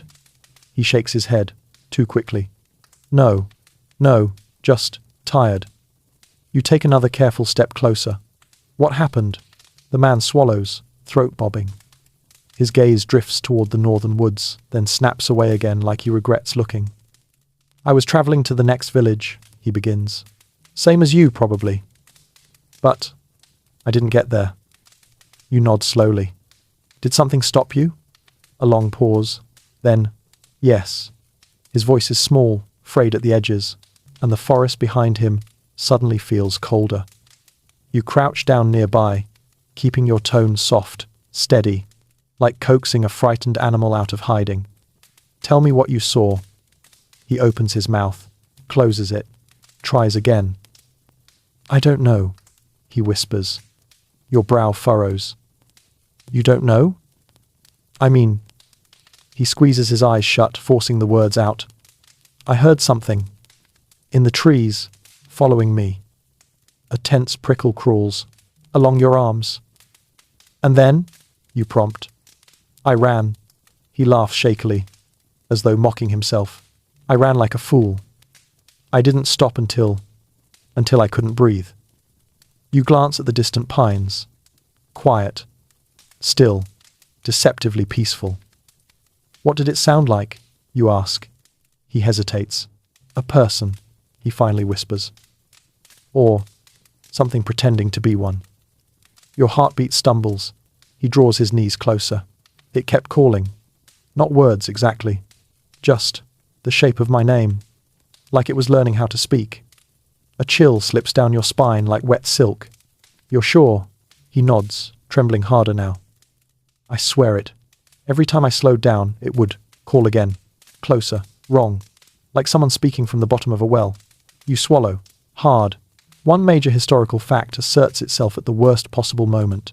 Medieval Europe had countless folktales about spirits mimicking human voices to lure travelers off the road. Most scholars believe these stories emerged to explain disappearances or warn children about forests.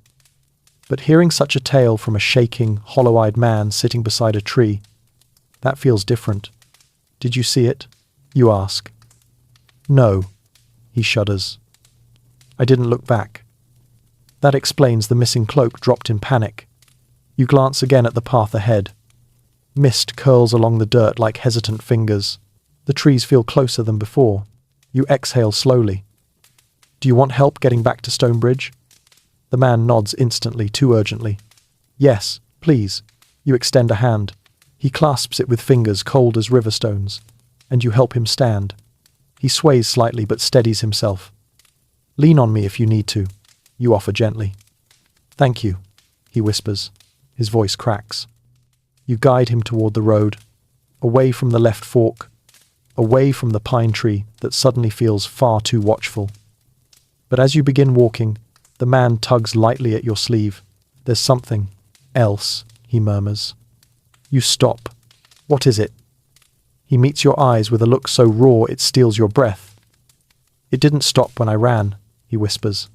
It followed until the road curved, until I reached the open fields. What made it stop? He inhales sharply. Then says, barely audibly, it doesn't like open places. Your skin tightens, your heart stumbling into a faster rhythm.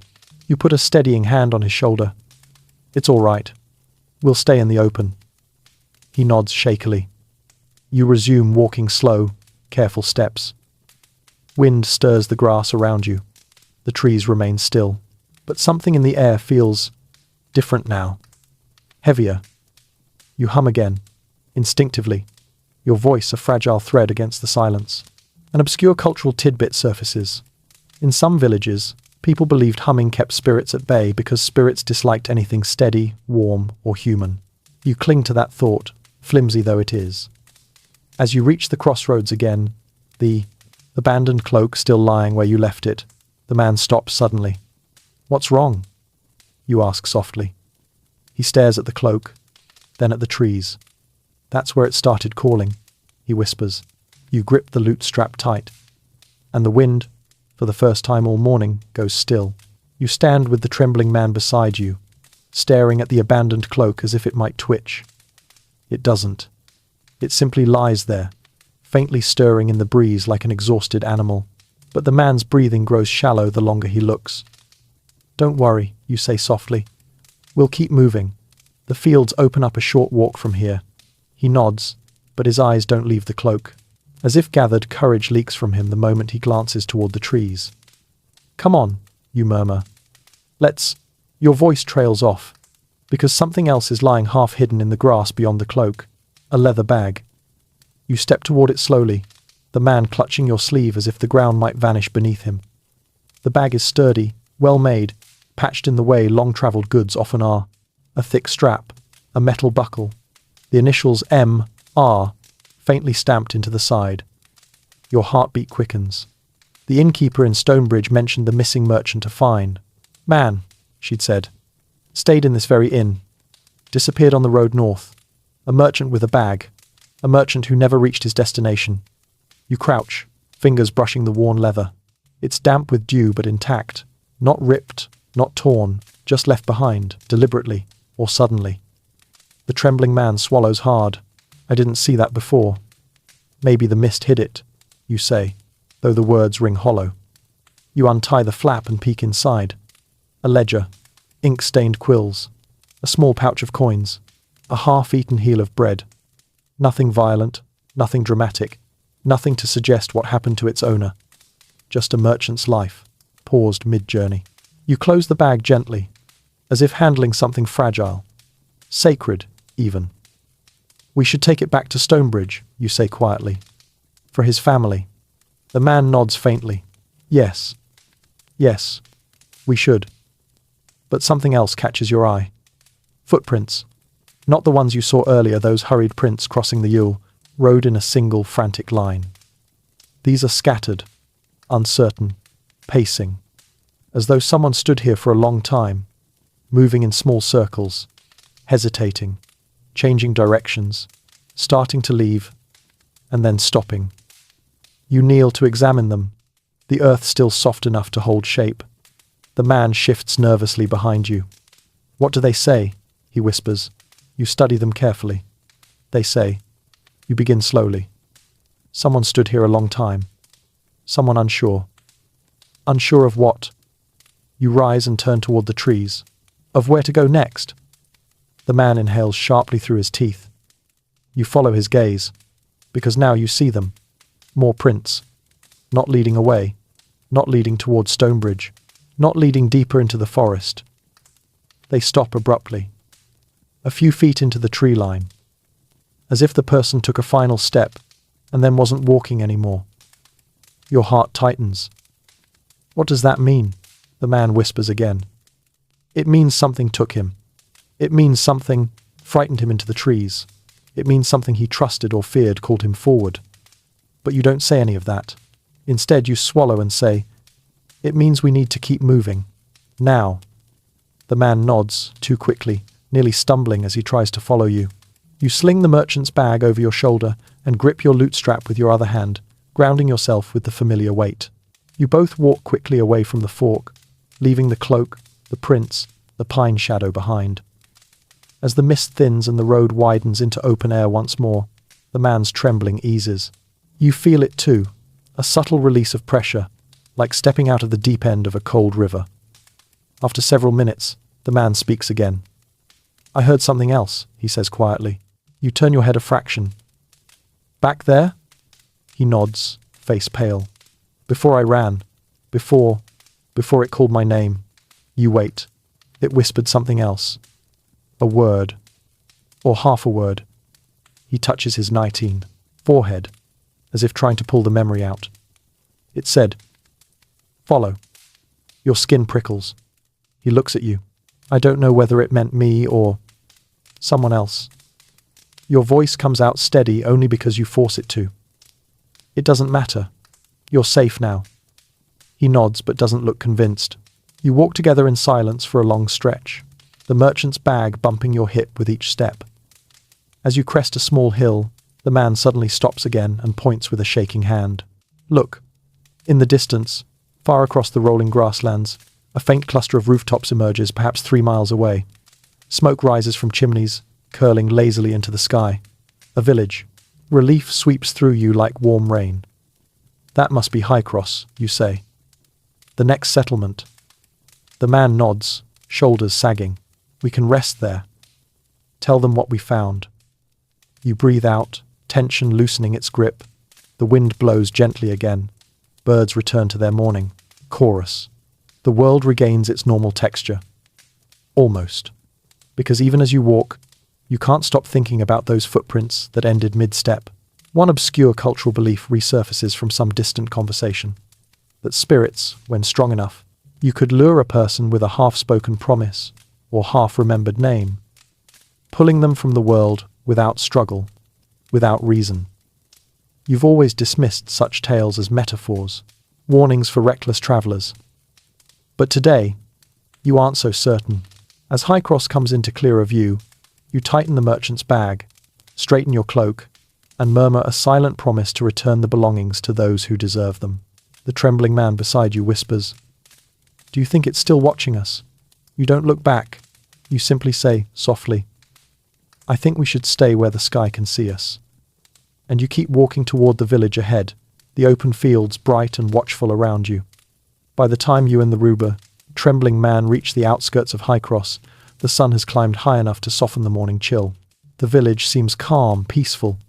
Even with that tidy, organized look, some communities manage when they collectively decide, yes, life is hard, but we shall sweep the stoop anyway. The houses have clean thatched roofs, the fences stand straight, and the chimneys puff gentle streams of smoke that smell of oak wood and baking bread. Chickens wander freely, pecking with unbothered enthusiasm.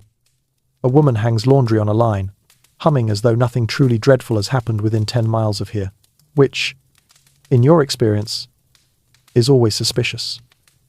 Villages that look this perfect usually have one of two conditions. 1. Excellent leadership, or 2. A deep, practiced ability to ignore problems. Highcross gives you the second impression almost immediately. A young shepherd spots you both approaching and frowns not out of hostility, but confusion. Travellers are common enough, but travellers carrying another man's cloak and an unfamiliar merchant's bag? That's unusual. As you draw closer, he lifts a hand hesitantly. "Morning." "Morning," you reply gently. The trembling man beside you manages a faint nod. "Long walk?" the shepherd asks. "Longer than expected," you say. He glances at the bag slung over your shoulder. "You lose someone along the road?" "That's what we're trying to figure out," you answer softly. His expression tightens barely, almost invisible but enough to confirm a suspicion. He knows something, or suspects something, or fears something. "We should speak to your reeve," you add. The shepherd nods, relieved to pass responsibility elsewhere. "Aye, he'll be in the hall." He points you toward the centre of the village, a low timber building with smoke curling from its chimney and a carved boar over the door. You and the man walk through Highcross. People glance at you, their gazes lingering on the merchant's bag. You see recognition, worry, denial. Highcross has been pretending not to be afraid. A harsh truth. Villagers always know when something is wrong. They just choose silence, because silence feels safer than the truth. When you reach the hall, the reeve, a broad-shouldered man with a short beard and the posture of someone forced to make decisions before breakfast, steps outside as if he sensed you coming. "What's this?" he asks, eyes narrowing. You bow your head slightly. "We found something on the road north of Stonebridge." You lift the bag. "I believe this belonged to a merchant travelling your way." The reeve's jaw tightens. His eyes flick toward the man beside you. "You found it? Just lying there?" The man swallows. "There were footprints," he murmurs. "Footprints." The reeve's voice is too controlled. You nod. "Human. Many of them. They didn't continue. They just stopped."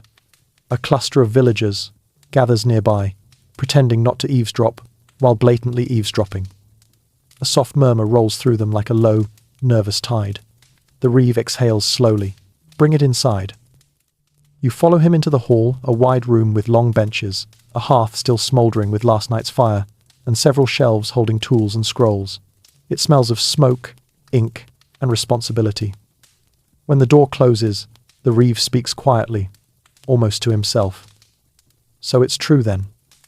You exchange a glance with the trembling man. "What's true?" you ask. The reeve rubs his face with both hands. "2 travellers went missing last month. One was a hunter, the other a weaver. Neither reached the next village. We sent search parties. Empty roads, empty woods." Your stomach sinks. And the merchant? The third. He nods grimly. We tried telling ourselves he just veered off course. Cloaks don't drop themselves, the trembling man whispers. No, the Reeve agrees quietly. They don't. You place the merchant's bag on the table. The Reeve opens it, sorting through the contents with a careful, grieving touch. When he finds the initials stamped at the side, he closes his eyes. His wife is here, he says softly. I'll return it to her. Silence settles over the hall, thick, uneasy, fragile. You break it gently. There's something else. The Reeve opens his eyes, weary but attentive. The man I found, you gesture beside you. He heard something in the woods. Something that called to him. The Reeve's face hardens only slightly, but it's enough to tell you he's heard this before. The trembling man whispers, "It said my name, or tried to." The Reeve folds his arms, staring at a spot on the floor as though it might confess something. After a moment, he speaks. "People say the forest is cursed," he begins. "Old superstition. Spirits, echoes, shadows learning to speak." He shakes his. "I never believed any of it." "Do you believe it now?" You ask. He doesn't answer. Instead, he looks at you. "Traveler," he says quietly, "you should stay the night here. Do not leave the village again today." The trembling man nods instantly. "Yes, please. You consider your options. You are tired. The road is unsettling. Warnings have piled up like badly stacked firewood. And Highcross, strange, as its silence feels, seems safer than travelling on." But before you can respond, a woman bursts into the hall. Hair unbound, eyes wild, face pale. "Reeve," she gasps. "Come quickly, there's something by the south field." The Reeve leaps up. "What?" "It's clothes," she stammers. "Just clothes." Spread out, like someone laid them down, and walked out of them. A cold weight settles in your stomach. You and the trembling man exchange a look. The Reeve storms toward the door. You follow because you must. Curiosity, again, stubborn and foolish. Outside, villagers gather, whispering frantically. You follow the Reeve and the woman down the lane until the south field opens before you. And there, on the grass, in a neat, unnatural line, shirt, trousers, boots, belt, not torn, not scattered, not trampled, placed, as if someone stepped out of them like shedding a skin. The trembling man grips your arm. "It's the same," he whispers. "It's the same as before." A hush falls over the villagers. Someone asks, voice trembling, "Where is the person who wore them?" No one answers. Wind rustles the tall grass. Somewhere, a crow cries sharply and flies away. And beneath your ribs, you feel that familiar, unwelcome awareness. You are not alone out here. And something is walking these fields that does not care for roads, rules, or names. The villagers gather in a tight semicircle around the clothing in the grass. No one dares step closer. The garments lie there too neatly, almost reverently arranged, shirt folded. Once at the shoulders, trousers laid flat, boots placed side by side like obedient soldiers awaiting inspection. This wasn't dropped. This wasn't scattered. This was done. The trembling man beside you grips your sleeve so tightly your arm starts to go numb. His breath quickens. His eyes dart between the tree line and the clothes like a cornered animal. The Reeve crouches beside the boots, jaw clenched, hands hovering above the fabric without touching. A murmur ripples through the gathering villagers. Who is it? Whose things? Saints help us. Not again. You swallow hard. Not again. The phrase lands heavily in your chest. The Reeve lifts his head and scans the crowd. Has anyone not been accounted for today? Voices mutter. Names whispered. People counted mentally. Then a woman steps forward, shaking her head, eyes brimming. My brother, she whispers. He went out early to check the sheep. He should have come back by now. The Reeve's face hardens. He rises slowly. Get her inside, he orders, gently but firmly. Now. Two villagers guide her away, her sobs muffled by their shoulders. You feel the world tilt slightly beneath you. Another disappearance. Another set of clothes. Another person gone without struggle, without sound, without explanation. Your mind scrambles for rational answers, bandits, an animal attack, a staged trick, but nothing fits. Nothing explains the stillness of the fabric, the precision of the arrangement, the absences. Finally, you ask the Reeve the question that has been clawing at your throat. What is doing this? The Reeve blinks. Once, twice. Then he motions for you and the trembling man to follow him away from the crowd. He leads you behind a storage shed, away from curious ears, away from the sobbing woman, away from the clothes. Only when he's sure no one can hear does he speak. I didn't tell you everything earlier, he says quietly. Of course he didn't. Medieval. Reeves guard bad news like dragons guard gold. What didn't you tell me? You ask. He exhales, long and defeated. This didn't start last month. The disappearances began in winter. A trapper vanished first, never found. Then a woodsman. Then 2 travelling monks. And every time, his voice falters. Their clothes. The trembling man shivers violently. Like stepped out of them, he whispers. Yes. The Reeve's eyes shift toward the northern woods, always near the forest. Always at dawn or dusk. Always without struggle. You wrap your arms around yourself. You thought they fled? All of them? The Reeve shakes his head. No one flees neatly. He looks down at his hands. And then we started hearing things. A cold ripple slides down your spine. Hearing what? You ask. Voices, he whispers. In the trees. In the fog. Calling names. The trembling man lets out a tiny, strangled sound. The Reeve nods grimly. Yes, just like what you heard. Just like what he heard. He gestures toward the man beside you. Something mimicking people. Something that learned. You try to breathe slowly, evenly, like a calm storyteller analyzing folklore. But this isn't folklore. This is someone's brother. Someone's son. Someone who disappeared moments ago. And no one has seen anything? You ask. The Reeve's jaw clenches. One man saw something, or thought he did. You lean in. What did he see? The Reeve glances around again, ensuring no one approaches. Then he lowers his voice to nearly nothing. He said he saw a shape in the trees. Tall, lean, too long in the limbs. Like someone stretched a man into something. Wrong. Said its head tilted when it heard him, like it was listening to learn the way he breathed. You don't move. You don't blink. You just absorb. The trembling man grips the post beside him. But why the clothes? He whispers. The Reeve swallows. Because it doesn't take the clothes. It only takes the person. The air seems to contract. You whisper. Where do they go? His voice breaks on the answer. No one knows. You look at the Reeve's face, exhausted, terrified, pretending he isn't. And you understand the village now. The 2 clean walkways, the perfect laundry lines, the calm smiles stretched just a bit too tight. High Cross is a village avoiding its own shadow. How far has it come from the woods? You ask. Not far, the Reeve admits, but closer each time. How many warnings did you give travellers?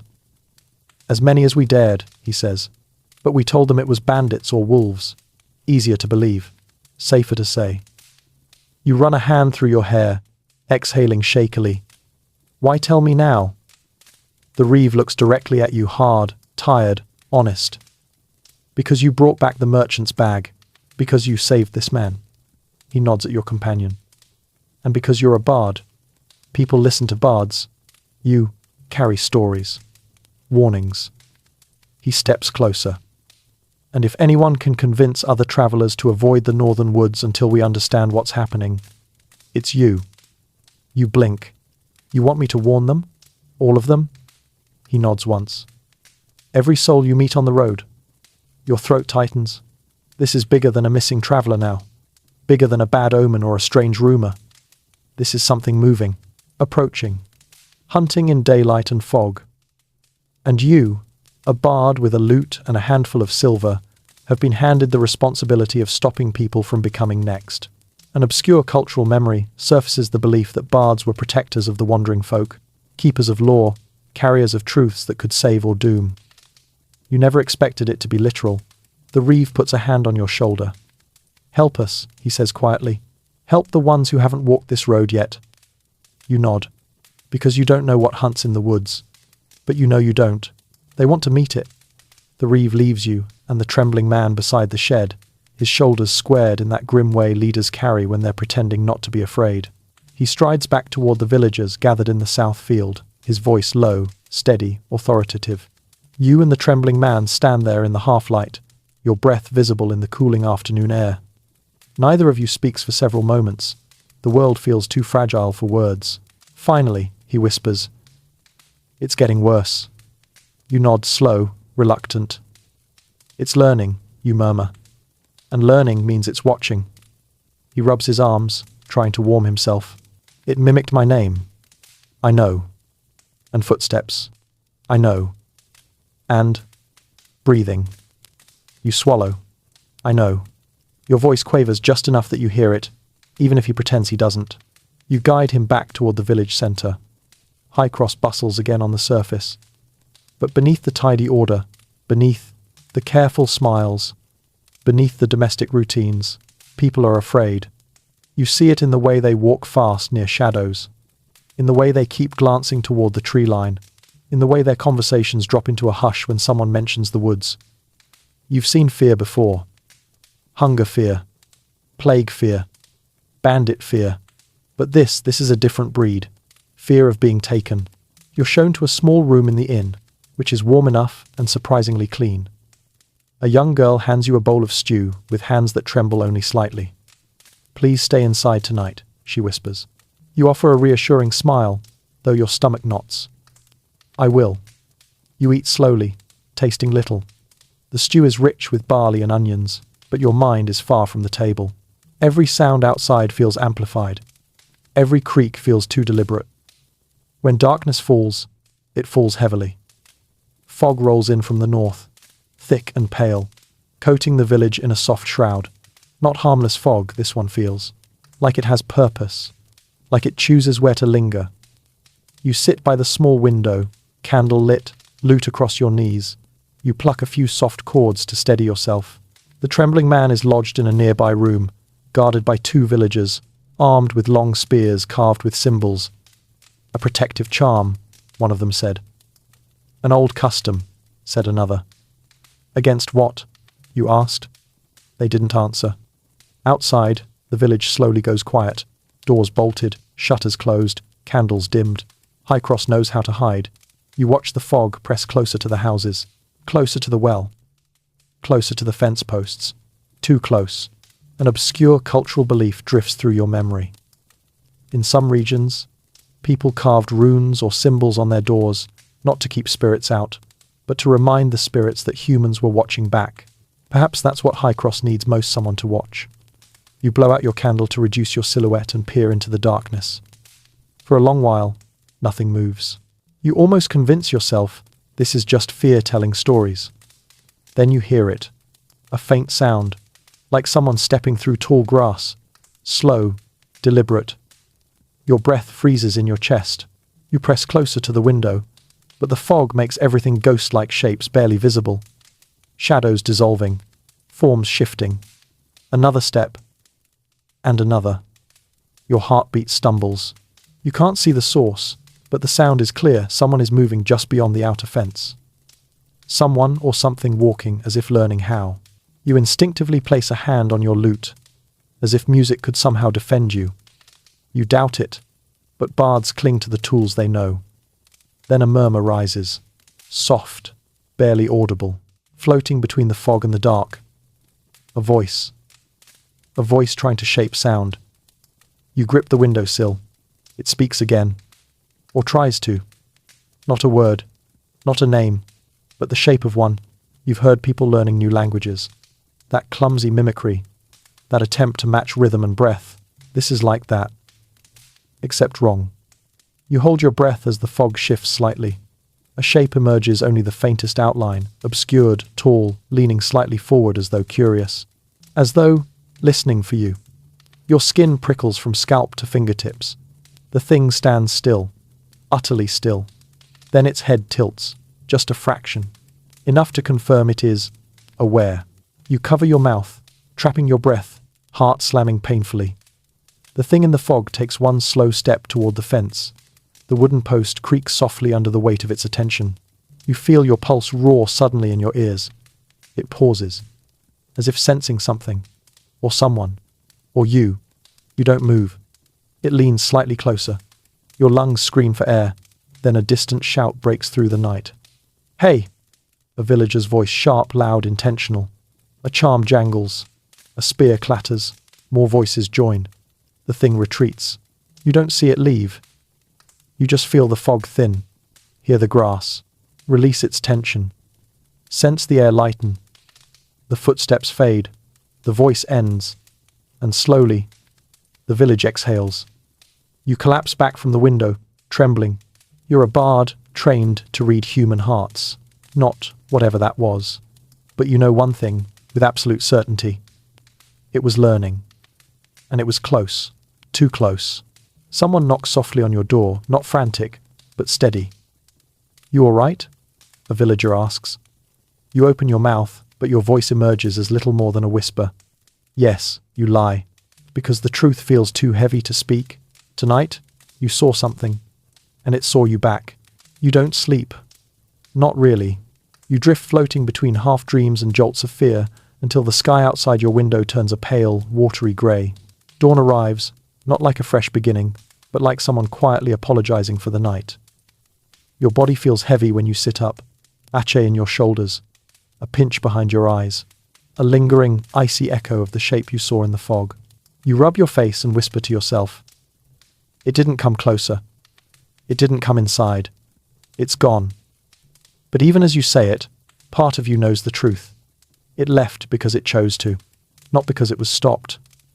Your legs are unsteady as you rise and sling your loot over your back. Familiar weight. Familiar comfort. You need that today. When you step outside your room, the inn's hallway is already alive, with quiet, hurried footsteps. People whisper. Doors close quickly. No one meets your gaze. Something happened. You descend the stairs, heart tightening. The innkeeper stands near the hearth, with a grin set to her jaw. When she sees you, she gestures for you to join her. You didn't sleep, she says. It's not a question. You give a humorless smile. I don't think anyone did. She nods once. There's something you should see. You brace yourself and follow her outside. Highcross is awake, but not in the ordinary sense. Not in the cheerful, fetch water, open the shutters, feed the chickens sort of way.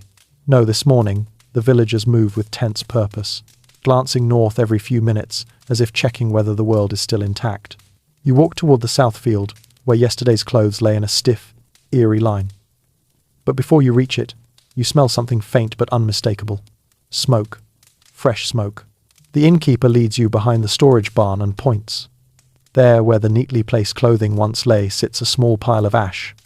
Black, grey, still faintly warm.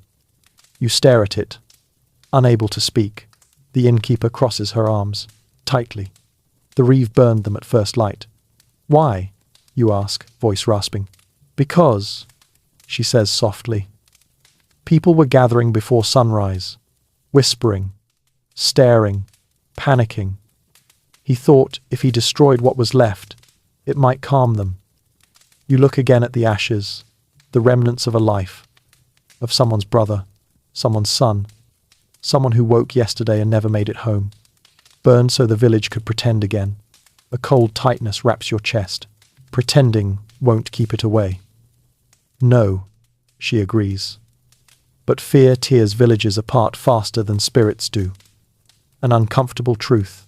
You crouch beside the ashes and reach out tentatively, not touching, just hovering your hand above them. The warmth feels wrong. Too close to flesh, too close to memory. One major historical fact flickers through your mind. Medieval villages sometimes burned the belongings of the dead when they feared restless spirits. Not to honor them, but to sever ties. To prevent the dead from returning. You rise slowly. Did anyone see it last night? The innkeeper hesitates. A boy swears he saw a shape. Said it was tall, like a man, but bent, moving through the fog like fish through water. Your breath catches, identical to what you witnessed. And the reeve? You ask. He didn't see it, she replies, but he heard it. Heard it. You glance around the village. Doors open now. People stepping into the daylight carefully, cautiously. Their faces pale, their eyes heavy. A woman clutches her child as if the morning wind might steal him. Two men argue near the well in hushed tones, but the fear underneath is visible.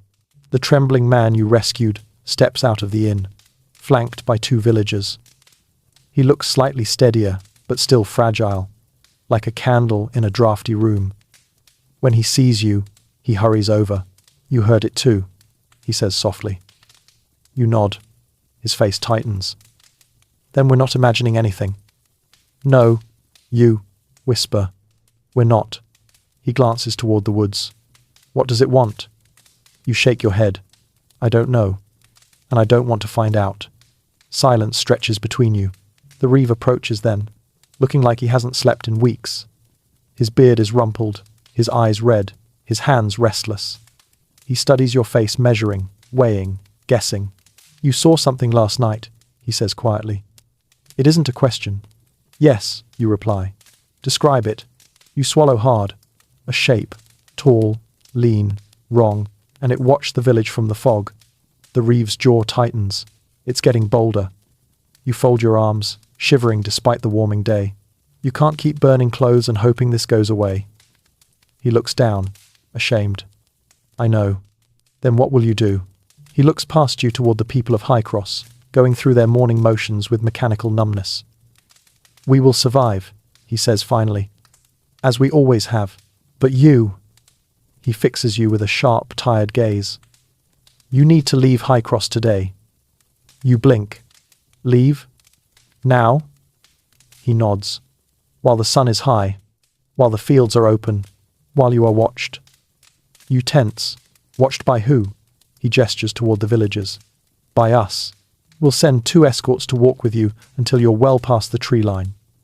The trembling man steps forward, panic bubbling in his voice. No, don't make him go. He has to, the reeve insists. If he stays, he becomes one more thing for the village to fear losing. You open your mouth to protest, but the innkeeper stops you with a raised hand. You told him yesterday, she whispers. You told him you'd help warn travelers. You must leave to do that. A heavy truth lands on your shoulders. Your duty is not to High Cross alone. It's to every traveler along the northern road. Every merchant. Every pilgrim. Every curious bard. The reeve continues. Take the main road. Do not stray. Do not linger. Do not answer if anything calls behind you. A chill ripples down your spine. Even if it sounds like someone you know, the innkeeper adds softly. Your throat tightens painfully. You nod, because you understand now. The thing in the fog has learned enough names. It doesn't need yours. Gather your things, the reeve says. You leave within the hour.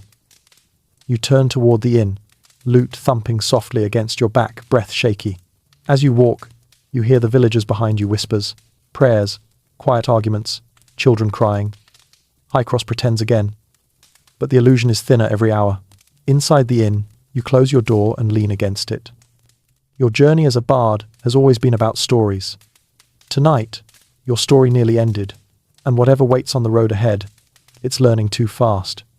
You pack your things slowly, not because you have much to gather, but because your hands won't stop trembling. Your loot, your cloak, your water skin, the merchant's bag you still carry out of duty. Everything feels heavier today, heavier than it should. Before you leave the room, you pause and look once more out the small window.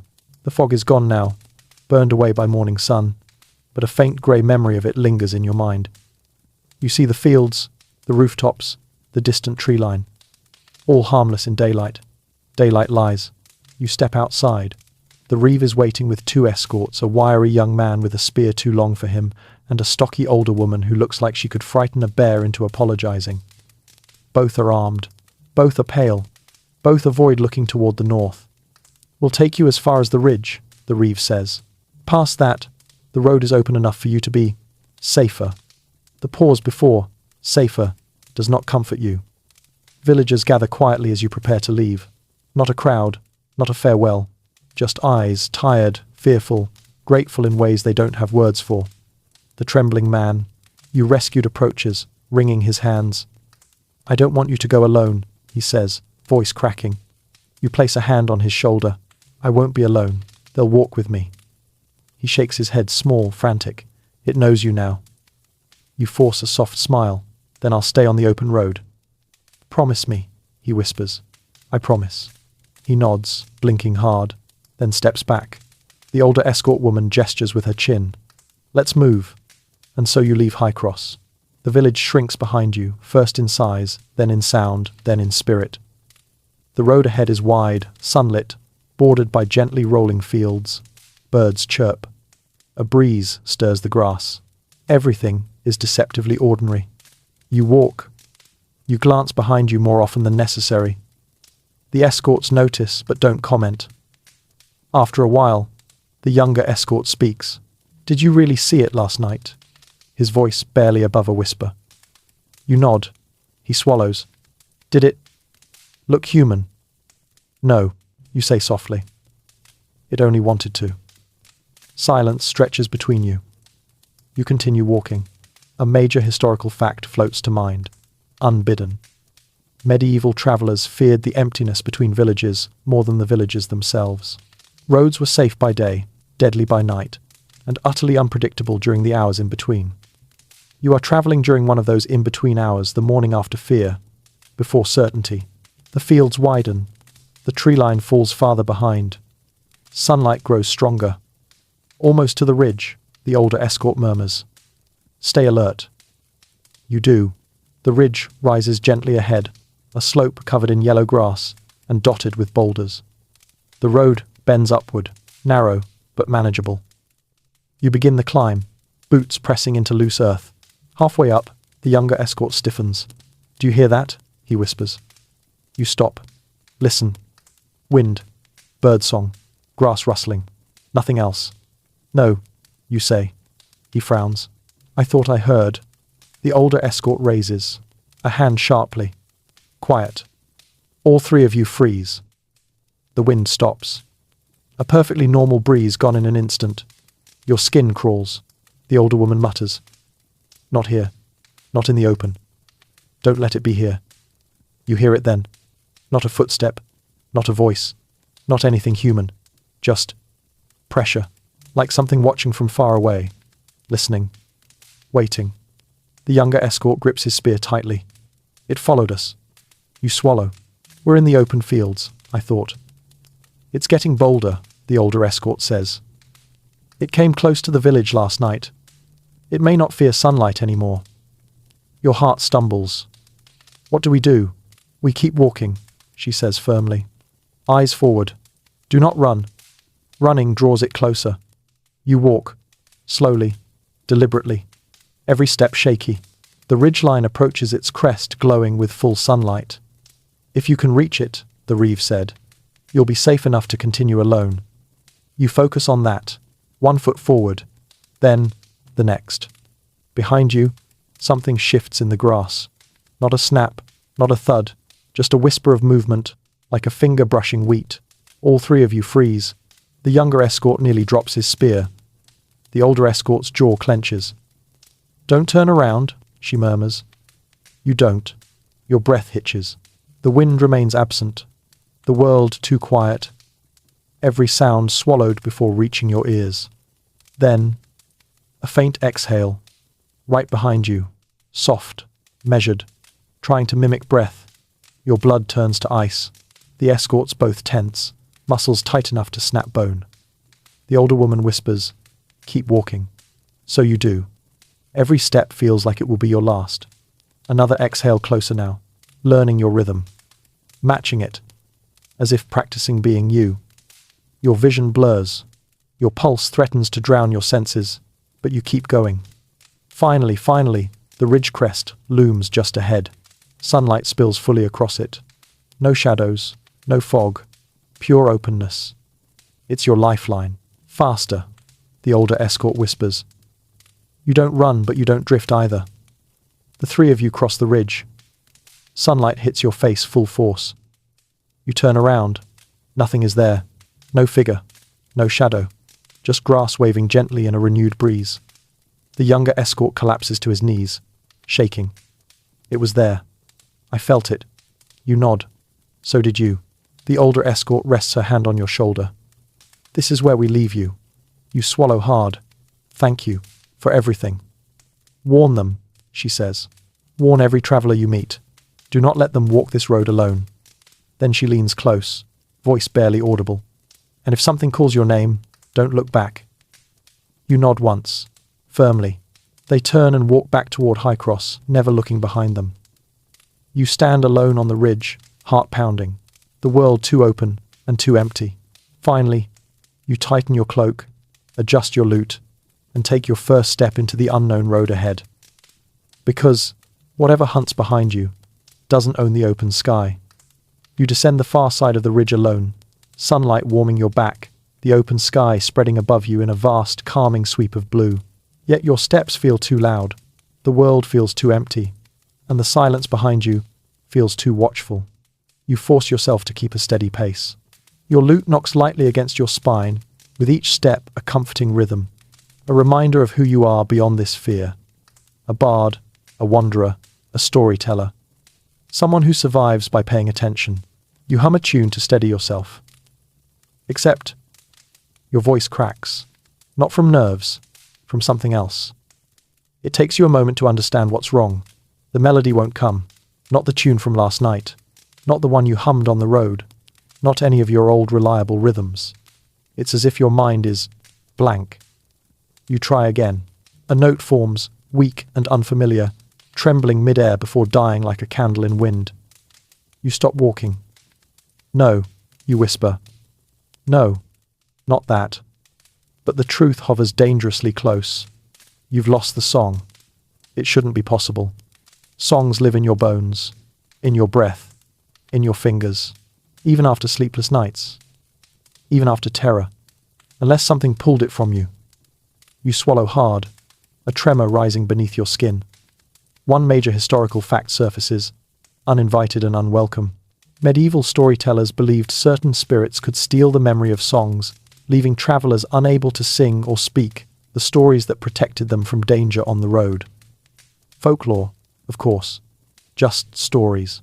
But your silence feels too real. You force air through your throat again, humming something simple, a lullaby your mother used to sing when you were small. You grasp at the notes like someone in water reaching for a rope, but the tune slips, slithers away, dissolves mid-hum. Your breath shudders. Keep walking, you whisper to yourself. Just keep walking. The road winds downward into Blex, gentle pastureland, open fields, grazing sheep, a few scattered trees whose shadows angle harmlessly. Birds dart overhead, chirping with ordinary joy. A shepherd tends his flock in the distance, unaware of anything unusual. The world looks painfully normal, and yet your skin crawls, as if brushed by unseen fingers. You adjust your loot again, tightening the strap until it digs into your shoulder. A grounding pain, something definite in a world that feels suddenly uncertain. As you walk, a thought claws its way forward. What if that thing in the fog didn't just watch you? What if it took something? Not a physical thing, not your cloak, not your footsteps, but memory, your bardic instinct, your ability to shape sound, your connection to melody. You shudder violently. You stop again, close your eyes, and force yourself to breathe. Slow, controlled, deliberate. You're a bard, you murmur. Songs don't vanish. Another voice your own doubt answers. Unless something wants them. You shake your head, refusing the thought. You look up toward the sky, bright, open, untainted, and tell yourself the truth you must cling to. It can't reach you here. You take a few more steps. The road bends slightly, revealing a small stone marker with carved runes, old, weathered, moss-filled, curiously placed. You brush your fingers across it, a faint spiral symbol, common in borderlands, meant to mark safe passage. An obscure cultural tidbit flickers to mind. Travelers carved spirals to remind themselves that the world winds forward, that roads lead somewhere, that fear cannot claim what keeps moving. You let the stone reassure you, even if only a little. As the midday sun climbs higher, warmth finally settles into your bones, your trembling eases. Your breath steadies. The fields open wider. You allow yourself to believe, if only for a moment, that you're beyond whatever watched you at the ridge. Then you hear it. A whisper, carried lightly on the breeze. You freeze, blood icing over. The whisper comes again, but this time, it isn't behind you. It's ahead, a single word, or rather the shape of a word, trying to form, trying to lure. You step backward instinctively. The whisper stops, the breeze stops, the birds stop. The entire world seems to hold its breath. Your pulse roars in your ears. You glance around, the grass stands still, unmoving. The light feels suddenly heavy. Your mouth dries. No, you breathe. Not here. Not in the open. You take another step back. Then footsteps. Soft. Wrong. Not matching any human rhythm. Your hands shake. You reach for your lute, gripping it like a shield, though you know it won't help if something steps out of the mistless air. The footsteps stop. The whisper returns. Closer. You close your eyes, terrified that if you look up, you'll see that tall, wrong-leaning silhouette again. You whisper to yourself, "It can't cross the fields. The escort said so. The Reeve said so." But another part of you, the part that survived the road, the part that heard the breathing behind you, answers, "It's learning too fast." Your throat tightens painfully. You force yourself to speak aloud, quiet but firm. "I won't follow." The whisper stops instantly. Silence slams into the field. You realize your hands are shaking so hard your lute is rattling. You force yourself to take a step. Then another. Then another. Finally, the breeze returns. A bird cries overhead. The world exhales again. You collapse to your knees, breath trembling, heart hammering. You stay there a long moment, letting sunlight press warmth into the terror slowly draining from your body. You look up, eyes stinging, throat thick, and whisper a shaky vow into the open sky. "I will warn them. Every traveler, every soul. I won't let it take another." The wind stirs around you as if acknowledging or approving or simply passing by. You rise slowly, and for the first time, in hours, a familiar melody flickers faintly at the edge of your memory. Just one note, one tiny spark. You hum. The note holds. Your breath breaks with relief. It's not all gone. Whatever took your voice, whatever stole your song, it didn't take everything. Not yet. You adjust your cloak, tighten your grip on the merchant's bag, and step forward again. The road stretches ahead, long, bright, open, and somewhere behind you, in the quietest fold of the distant trees, something learns. By early afternoon, the road widens into a crossroads, a place where the land flattens and the horizon stretches open in every direction. A weathered signpost stands at the center, pointing toward three names carved so faintly you can barely read them: Rindleford, Greystead, and Westmere. People pass through crossroads often. They are natural meeting places, travelers trading news, farmers herding animals, peddlers hawking overpriced trinkets, children chasing chickens in circles for no apparent reason. But today, the crossroads is empty. Completely empty. Even the wind seems to hesitate at the edges. Your stomach knots. The silence feels wrong again, but not the same wrongness as the woods or the fog. This silence feels expectant. You pause in the center, gripping your lute, scanning every direction. You try humming again, just a simple scale to test whether your voice still belongs to you. A note forms, weak but real. You whisper a relieved, "Good." Then a rustle, not behind you, not ahead, to your left. You spin toward it, heart leaping into your throat, but instead of fog or a twisted silhouette, you see a crooked little cart emerging from a dip in the road. A donkey pulls it, a very old donkey, moving with the solemn dignity of someone who has lived too long to be impressed by danger. Behind him sits an elderly woman, hunched and bundled in 3 different shawls, all with mismatched patterns. Her cart is filled with herbs, jars, feathers, roots, some familiar, some decidedly worrying. She raises a hand. "Ho there, traveller." Your breath finally returns. "Good afternoon." The donkey stops on its own accord, either wise or stubborn, and the woman peers down at you with eyes sharp as needles. You look like you've heard something, she says. Of all the strange greetings possible, this one lands too accurately. You blink. Excuse me? She taps one long finger against her temple. In the woods, she adds. Something calling. Your skin crawls. You steady your voice. What makes you say that? I know the look, she replies simply. The look of someone who's been followed by silence. Your pulse stutters. You swallow and ask, very quietly, do you know what it is?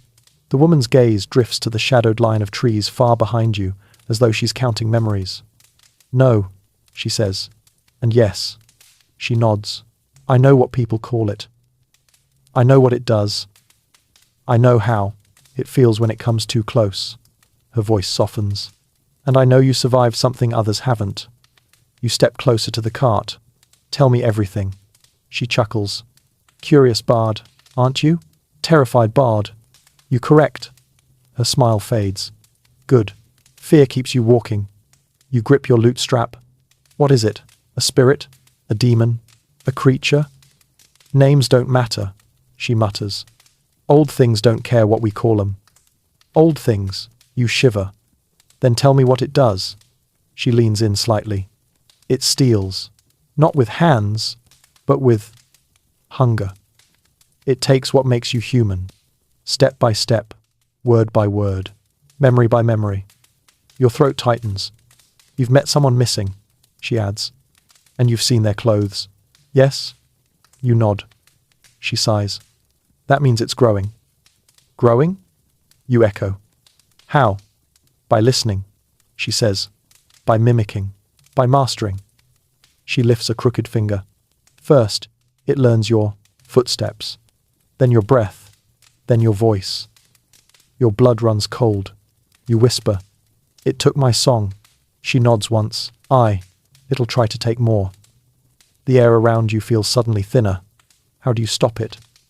Her lips press into a grim line. You don't. You stare at her. Surely someone, some village, some hunter, some priest has found a way. No, she interrupts firmly. If it wants you badly enough, nothing will stop it except the open sky and the morning sun. The villagers in Highcross said that. You murmur. Aye. They learned the hard way. Your voice shakes. Why does it want people? She takes a long breath, her eyes travelling over the jars and roots in her cart. Some say it is lonely, she says. Some say it is hungry. Some say it collects voices and names like charms. And when it has enough, she trails off. Enough for what? You press. She stares at you, eyes suddenly sharp. Enough to be human. Again. Your breath catches violently. Become human again? By taking pieces of others? By stealing voices, memories, steps, breath? You whisper, how many pieces does it need? Her expression softens with pity. More than it has now, but fewer than you'd hope. A cold chill wraps your arms. The crossroads feels smaller now, claustrophobic. You look around as if expecting something to step out from behind the weeds and stones. The old woman watches you carefully. You're thinking of warning others, she says. Yes, you reply. It's the only thing I can do. She nods slowly. Then listen close, Bard. I'll give you truth wrapped in a warning. You straighten. She points toward the northern woods. That thing learns from trails of silence. It follows quiet. It follows stillness. She taps her ear. It follows anything that listens back. Your heart stops. It knew when you stopped walking, she says. It knew when you held your breath. It knew when your voice broke. She leans closer, her voice barely above the wind. So whatever you do next, don't let the world fall silent around you. A swallow sticks painfully in your throat, and if it calls my name again? She smiles, but it isn't a kind smile. It's the smile of someone who survived by obeying rules no human should ever need. If it calls your name, she says, that means it almost has your shape. Your entire body goes cold. And then, you whisper. Then, she murmurs, you keep your eyes forward, and you run. Because if you turn around, if you see it with your own eyes, it finishes learning what a human looks like. Your breath trembles violently. It finishes becoming me? She nods. And it wears you like a story. You grip your lute so hard your knuckles ache. she adds gently, almost kindly. But don't despair. You are not claimed yet. Your song returned, didn't it? Yes, you whisper. That means you still have time. She flicks the reins. The donkey plods forward. As she passes you, she calls, "Warn them, Bard," before it learns enough to cross the crossroads. Your heart kicks painfully. Can it not cross yet? You ask. Not yet, she says, but it's close, too close. The cart creaks down the road to Westmere, leaving you alone again. Alone, except for your rapid heartbeat and the terrifying knowledge that silence itself can draw something toward you. You stand in the center of the crossroads, sunlight bright on your face, and realize your new truth. You cannot let the world go quiet again, not even for a breath. You stand in the crossroads, long after the old woman's cart disappears into a shimmer of heat and dust. Her words echo in your skull, looping with the rhythm of your heartbeat. Don't let the world fall silent around you. If it calls your name, it almost has your shape. Warn them, Bard. Warn them before it crosses the crossroads. You swallow hard. The open sky above you feels too large, too bright, too fragile, as if sunlight alone is not enough protection anymore. You clutch your lute and force yourself to move. Forward, where stories need to go, where warnings belong. The road to Rindleford slopes gently downward, through open fields, dotted with rocks and low shrubs. Farmers work in the distance, oxen pulling ploughs in patient arcs. Birds call overhead loud, cheerful, blessedly alive. Every sound feels like a small mercy. You hum again, soft at first, then steadier. You're terrified of the silence now, not the ordinary kind, but the unnatural quiet that follows you like a shadow. You hum not for comfort but for survival. The tune isn't pretty. It isn't impressive. It wobbles in places, cracks in others. But its sound, its presence, and the wind doesn't steal it this time. That alone is hope. You walk for nearly an hour before you see the first travellers of the day, 2 merchants and a robed pilgrim resting by a fallen tree. A donkey tied to a post flicks its ears lazily. The merchants sip water. The pilgrim rubs his sore feet. When they notice you, they greet you with the usual road-weary friendliness. "Ho there, Bard," one merchant calls. "What news on the road?" You take a deep breath. This is why you left Highcross. This is the burden you carry now. You raise a hand in greeting. "Bad news," you say softly, but you need to hear it. They exchange glances. You step closer. Travellers are disappearing on the northern routes, vanishing. No sign of struggle, just their clothing left behind. The pilgrim pales. "Clothing?" "In neat piles," you say, as if they stepped out of them.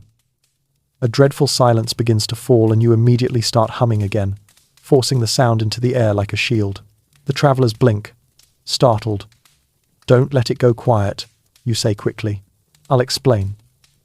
But don't let silence settle. Not out here." You sit with them beside the fallen tree and tell everything, or at least, everything you dare.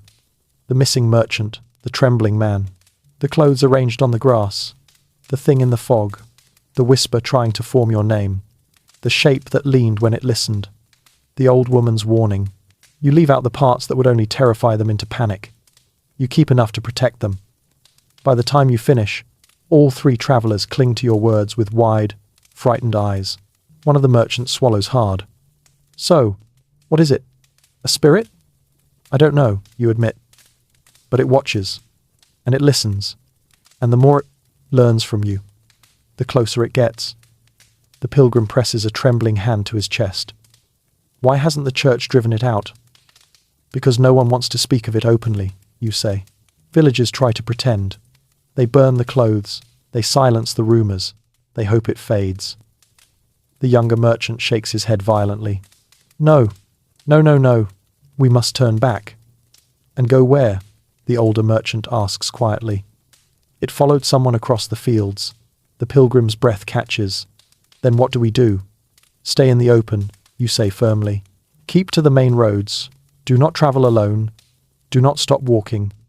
And whatever you do, whatever you hear, do not look back if something calls to you." The merchants nod rapidly. The pilgrim whispers a prayer. Then the younger merchant asks, "How do you know all this?" You hesitate, then place a hand on your lute. "Because it tried to take my voice." Their horror is immediate, but it didn't. You add, "Not entirely, and I'm not letting it take anyone else." For the first time today, your voice feels solid. You offer to walk with them for the next mile, partly for their safety, partly for yours. They agree instantly. The small group moves along the road in a noisy cluster, each deliberately keeping the conversation alive. The pilgrims recite proverbs. The merchants mutter prayers. You hum softly, never letting the world fall quiet. Whenever a lull threatens to return, you ask a question. What's the best food in Rindleford? How long have you travelled together? Have you ever played an instrument? How many chickens do you think that donkey has kicked in its life? Anything. Everything. Noise is safety. After a mile, the travellers veer off toward their destination. The younger merchant claps your shoulder. "We'll warn others," he promises. "We won't let silence take root." "Good," you say. "Don't let the quiet win." They walk away quickly, their voices loud, echoing over the fields. You continue alone, but not for long, because the road soon leads you toward a wooden bridge, and on the far side sits a lone man in a brown cloak, hood up, head bowed, sitting still, too still. Your heartbeat stumbles. You hum immediately louder now, letting the sound vibrate through your chest. The man doesn't react. You step closer, slowly, carefully. "Good day," you call. Silence. You hum again, louder. Still nothing. Your hand reaches toward your lute, almost unconsciously like a talisman. "Are you well?" you ask cautiously. A beat. 2. Then the man lifts his head, just slightly, too slightly, like a puppet pulled by the wrong string. A chill blasts through your spine. He turns toward you and smiles. Wrong. Too wide. Too slow. Too empty. A voice slips out of him. Familiar. Terrifyingly familiar. Bah. He says it exactly the way the fog spoke. Exactly the way the whisper tried to form. Your name. Your blood freezes. Because you realize this is not a man. This is not a traveler. This is something wearing the shape of one. Still learning. Still stretching. Still trying the word. Bah. Then it tilts its head. Just like the shape in the fog. Your voice cracks. You force it steady. Stay back. The thing stands. It steps onto the bridge. You stumble backward, heart pounding so hard your vision shakes. It takes another step. And another. Then a crow screams overhead. A noise. Sharp. Alive. Real. The creature freezes. The crow screams again. And the thing turns, fades, dissolves. Like shadows scattering in sunlight. Within seconds, the bridge is empty. You collapse to your knees, chest heaving, tears pricking hot behind your eyes. Whatever hunts the roads, it has taken a shape. And now it knows your shape too. You stay on your knees a long time after the thing disappears, long enough for the sun to shift, for the crow to fly off, for your breath to settle into something that resembles normal. Your hands shake, your throat feels scraped raw, but you're alive, and the bridge is empty. You force yourself to stand, slowly, carefully, as though the air itself might shatter if you move too quickly. You step back from the edge of the road, away from the wooden planks the creature stepped across so silently. You whisper to yourself, "It didn't reach me. It didn't touch me. I'm still here." Your voice sounds small, but real. A real voice. A human voice. You cling to that. You adjust your lute, your anchor, your last piece of certainty, and walk again. You walk faster than you intended, more urgently, more desperately, but the open road stretches wide before you, and the sky stays bright. And sunlight is still your ally. Miles pass beneath your boots, soft dirt, crushed grass, patches of wildflowers whose names you never learned. A warm breeze lifts your cloak behind you, brushing your back like a gentle reminder. Keep going. You don't stop humming now, not for a second, even when your throat burns, even when your breath comes uneven, even when you can't remember the next note. You hum anything you can, children's songs, tavern tunes, half-finished melodies from bards you met once. Noise is life. Noise is armor. Noise means it cannot learn your silence. And silence is what it follows. You remind yourself of the old woman's words. If it calls your name, do not look back. If the world falls quiet, it knows you are listening. If you hear it breathing, keep walking. Your boots strike the earth in a steady rhythm. Your fingers brush the wooden frame of your lute. You breathe, hum, whisper whatever it takes to keep the air alive with sound. Finally, you reach the top of a long rise. The land opens before you into a wide, rolling valley, vast fields, golden with late-season grasses, stretching all the way toward a distant village whose smoke rises in soft, harmless curls. Safety, people, noise. You nearly collapse in relief.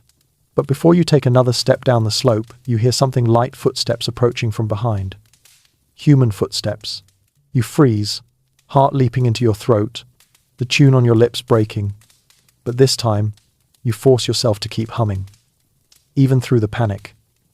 Especially through the panic. The footsteps quicken. You don't turn. Hello there. A cheerful voice calls out. A real human voice. Warm, breathless, untroubled. You spin around too fast and nearly fall.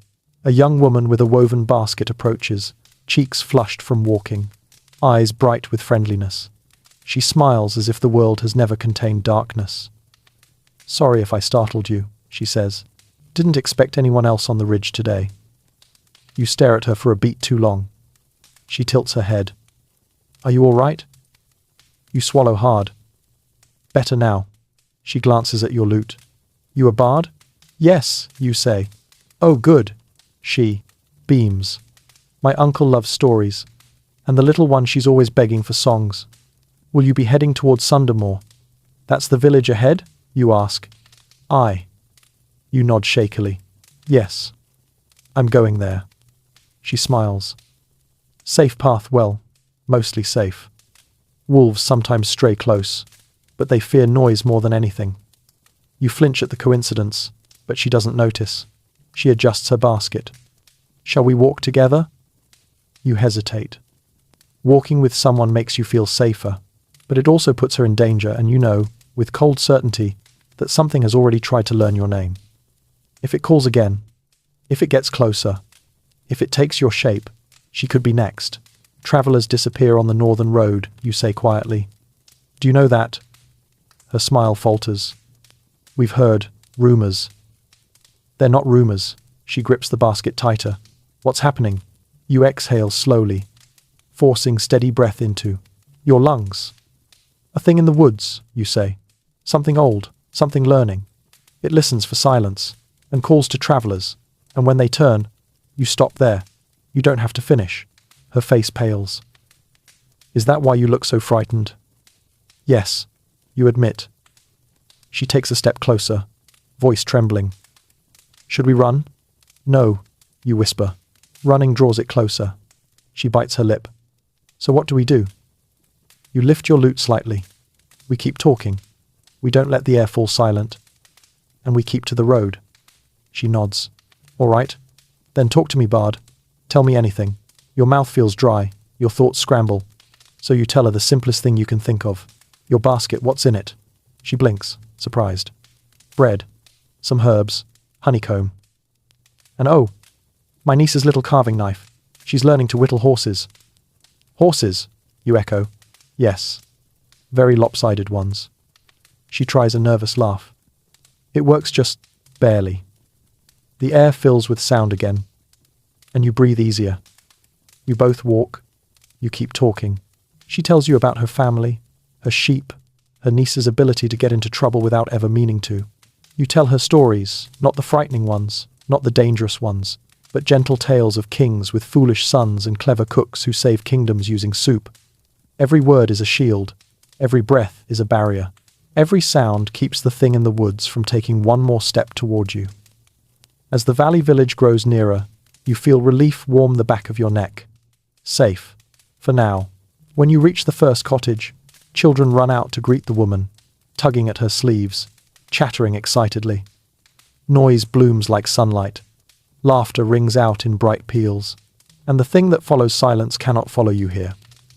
You turn to the woman. "Thank you," you say. She shakes her head. "No, thank you, for keeping me safe." You hesitate, then add quietly, "Tell your family. Tell your neighbors. Don't walk alone. And if you hear something calling, don't look back," she whispers. You nod. She squeezes your hand, then hurries toward her little home, children circling like sparrows. You stand at the edge of Sundermore, feeling your legs tremble in delayed fear and relief. You survived. Again. But as you look back at the empty road beyond the ridge, you swear the wind bends the grass in the shape of something watching, something patient, something learning, something that knows your name now, and you whisper into the wind, "You can try to follow me, but I will not go quiet." The grass stills. You tighten your grip on your loot, because the road ahead still has one more chapter waiting. One last night. One final test. Sundermore takes you in with the easy warmth of a village that hasn't yet learned to fear shadows. Children race through the lanes, laughing loudly enough to ward off any lurking silence. Women hang laundry and shout. Greetings across fences. A blacksmith hammers metal with the kind of cheerful brutality found only in people who have never been stalked by anything worse than a tax collector. For a moment, just a moment, you breathe. You check into the small inn, leave a few coins on the counter, and accept a bowl of stew from a grey-haired man who insists you take extra bread because bards burn calories with all that thinking. You smile. You accept. You sit by the hearth where the flames crackle with reassuring volume. Noise. Blessed noise. A shield you can rest behind. Yet, beneath the relief, something gnaws at you. This village has no idea what walks the northern roads. No idea how close it already came. No idea that something wearing a man's shape stood on a bridge not 2 miles from here. And you must warn them. Not with fear, not with panic, with truth. So after supper, you stand and raise your lute gently. "Would you like a story?" you ask the room. A chorus of warm voices. Answers yes. Chairs scrape. People settle. Even the blacksmith sits down, wiping soot from his arms. But you do not tell them a normal tale. You sing softly, gently, slowly, about a traveller who wandered into the quiet places of the world and found something waiting there. Something that called his name wrong. Something that followed breath and silence and fear. Something that wanted to learn the shape of a person piece by piece. Your words are woven carefully, like threads pulled through cloth. You do not name Highcross. You do not speak of the man you found or the clothes arranged like offerings. But you give enough truth that every villager leans forward, breath visible in the firelight. Children huddle closer to their parents. Adults exchange glances. The blacksmith's jaw sets hard. You finish with the lesson they must hear. "Do not walk alone," you say softly. "Do not let silence follow you. And if something calls your name from behind, do not look back." The inn is quiet for a heartbeat. Then the innkeeper nods slowly, solemnly. "We'll remember that," he says. "We'll keep our children close." A murmur ripples through the room. Agreement. Fear. A vow of awareness. People speak louder than they need to, filling the inn with a wall of human noise. You exhale, relieved. You've done what you came to do. Still, when night finally arrives, it carries a familiar ache, a familiar tension, a familiar question. Is it still following you? You lie in your small bed, cloak pulled over you, lute beside your shoulder like a sleeping friend. Outside your window, the moon hangs pale over the valley. Crickets chirp, dogs bark. The world is filled with sound. But sound can disappear, and silence can be patient.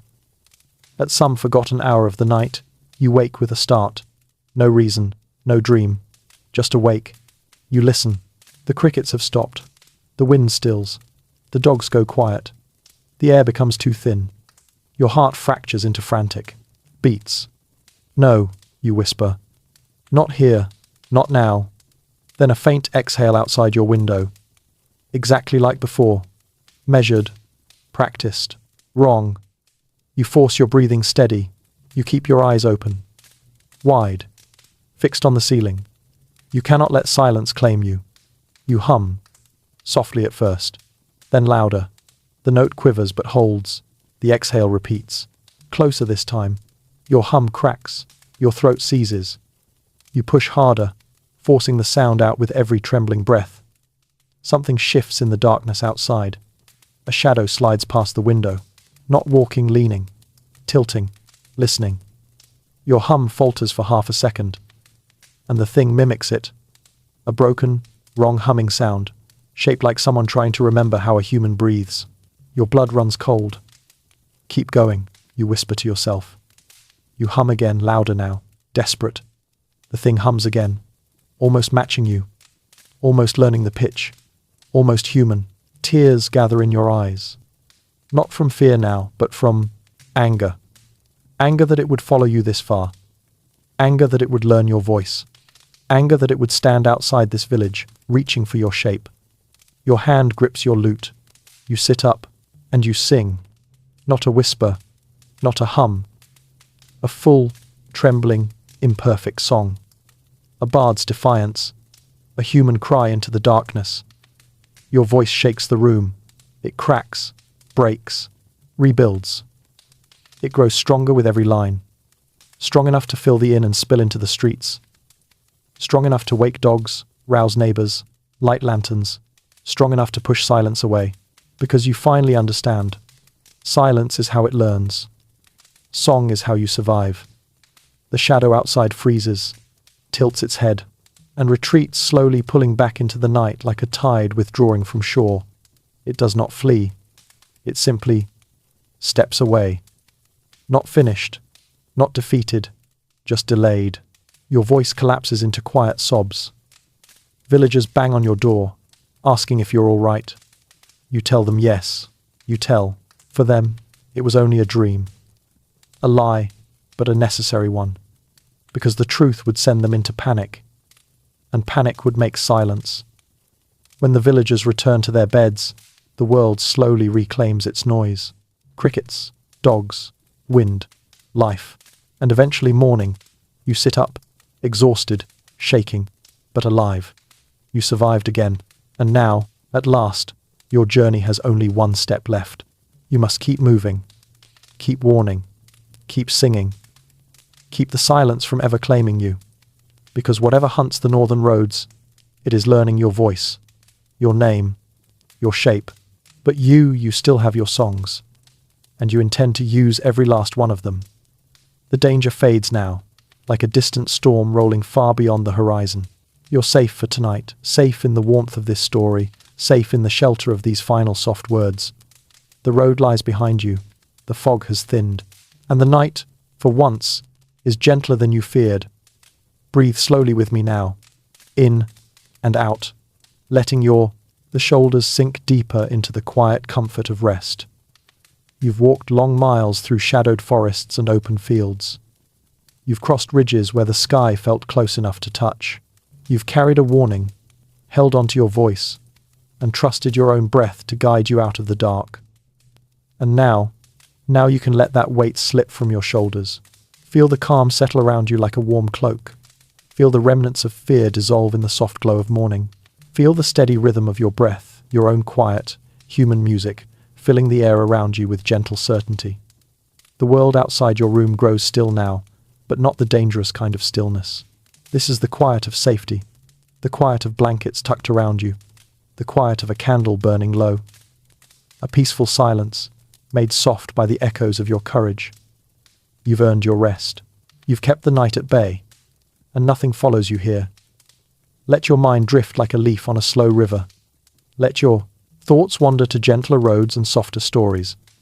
Let your eyelids grow heavier, heavier, until they settle closed with the faintest sigh. You are safe. You are warm. You are here. And the danger stays outside the dream. Rest now, traveler. The night keeps watch for you.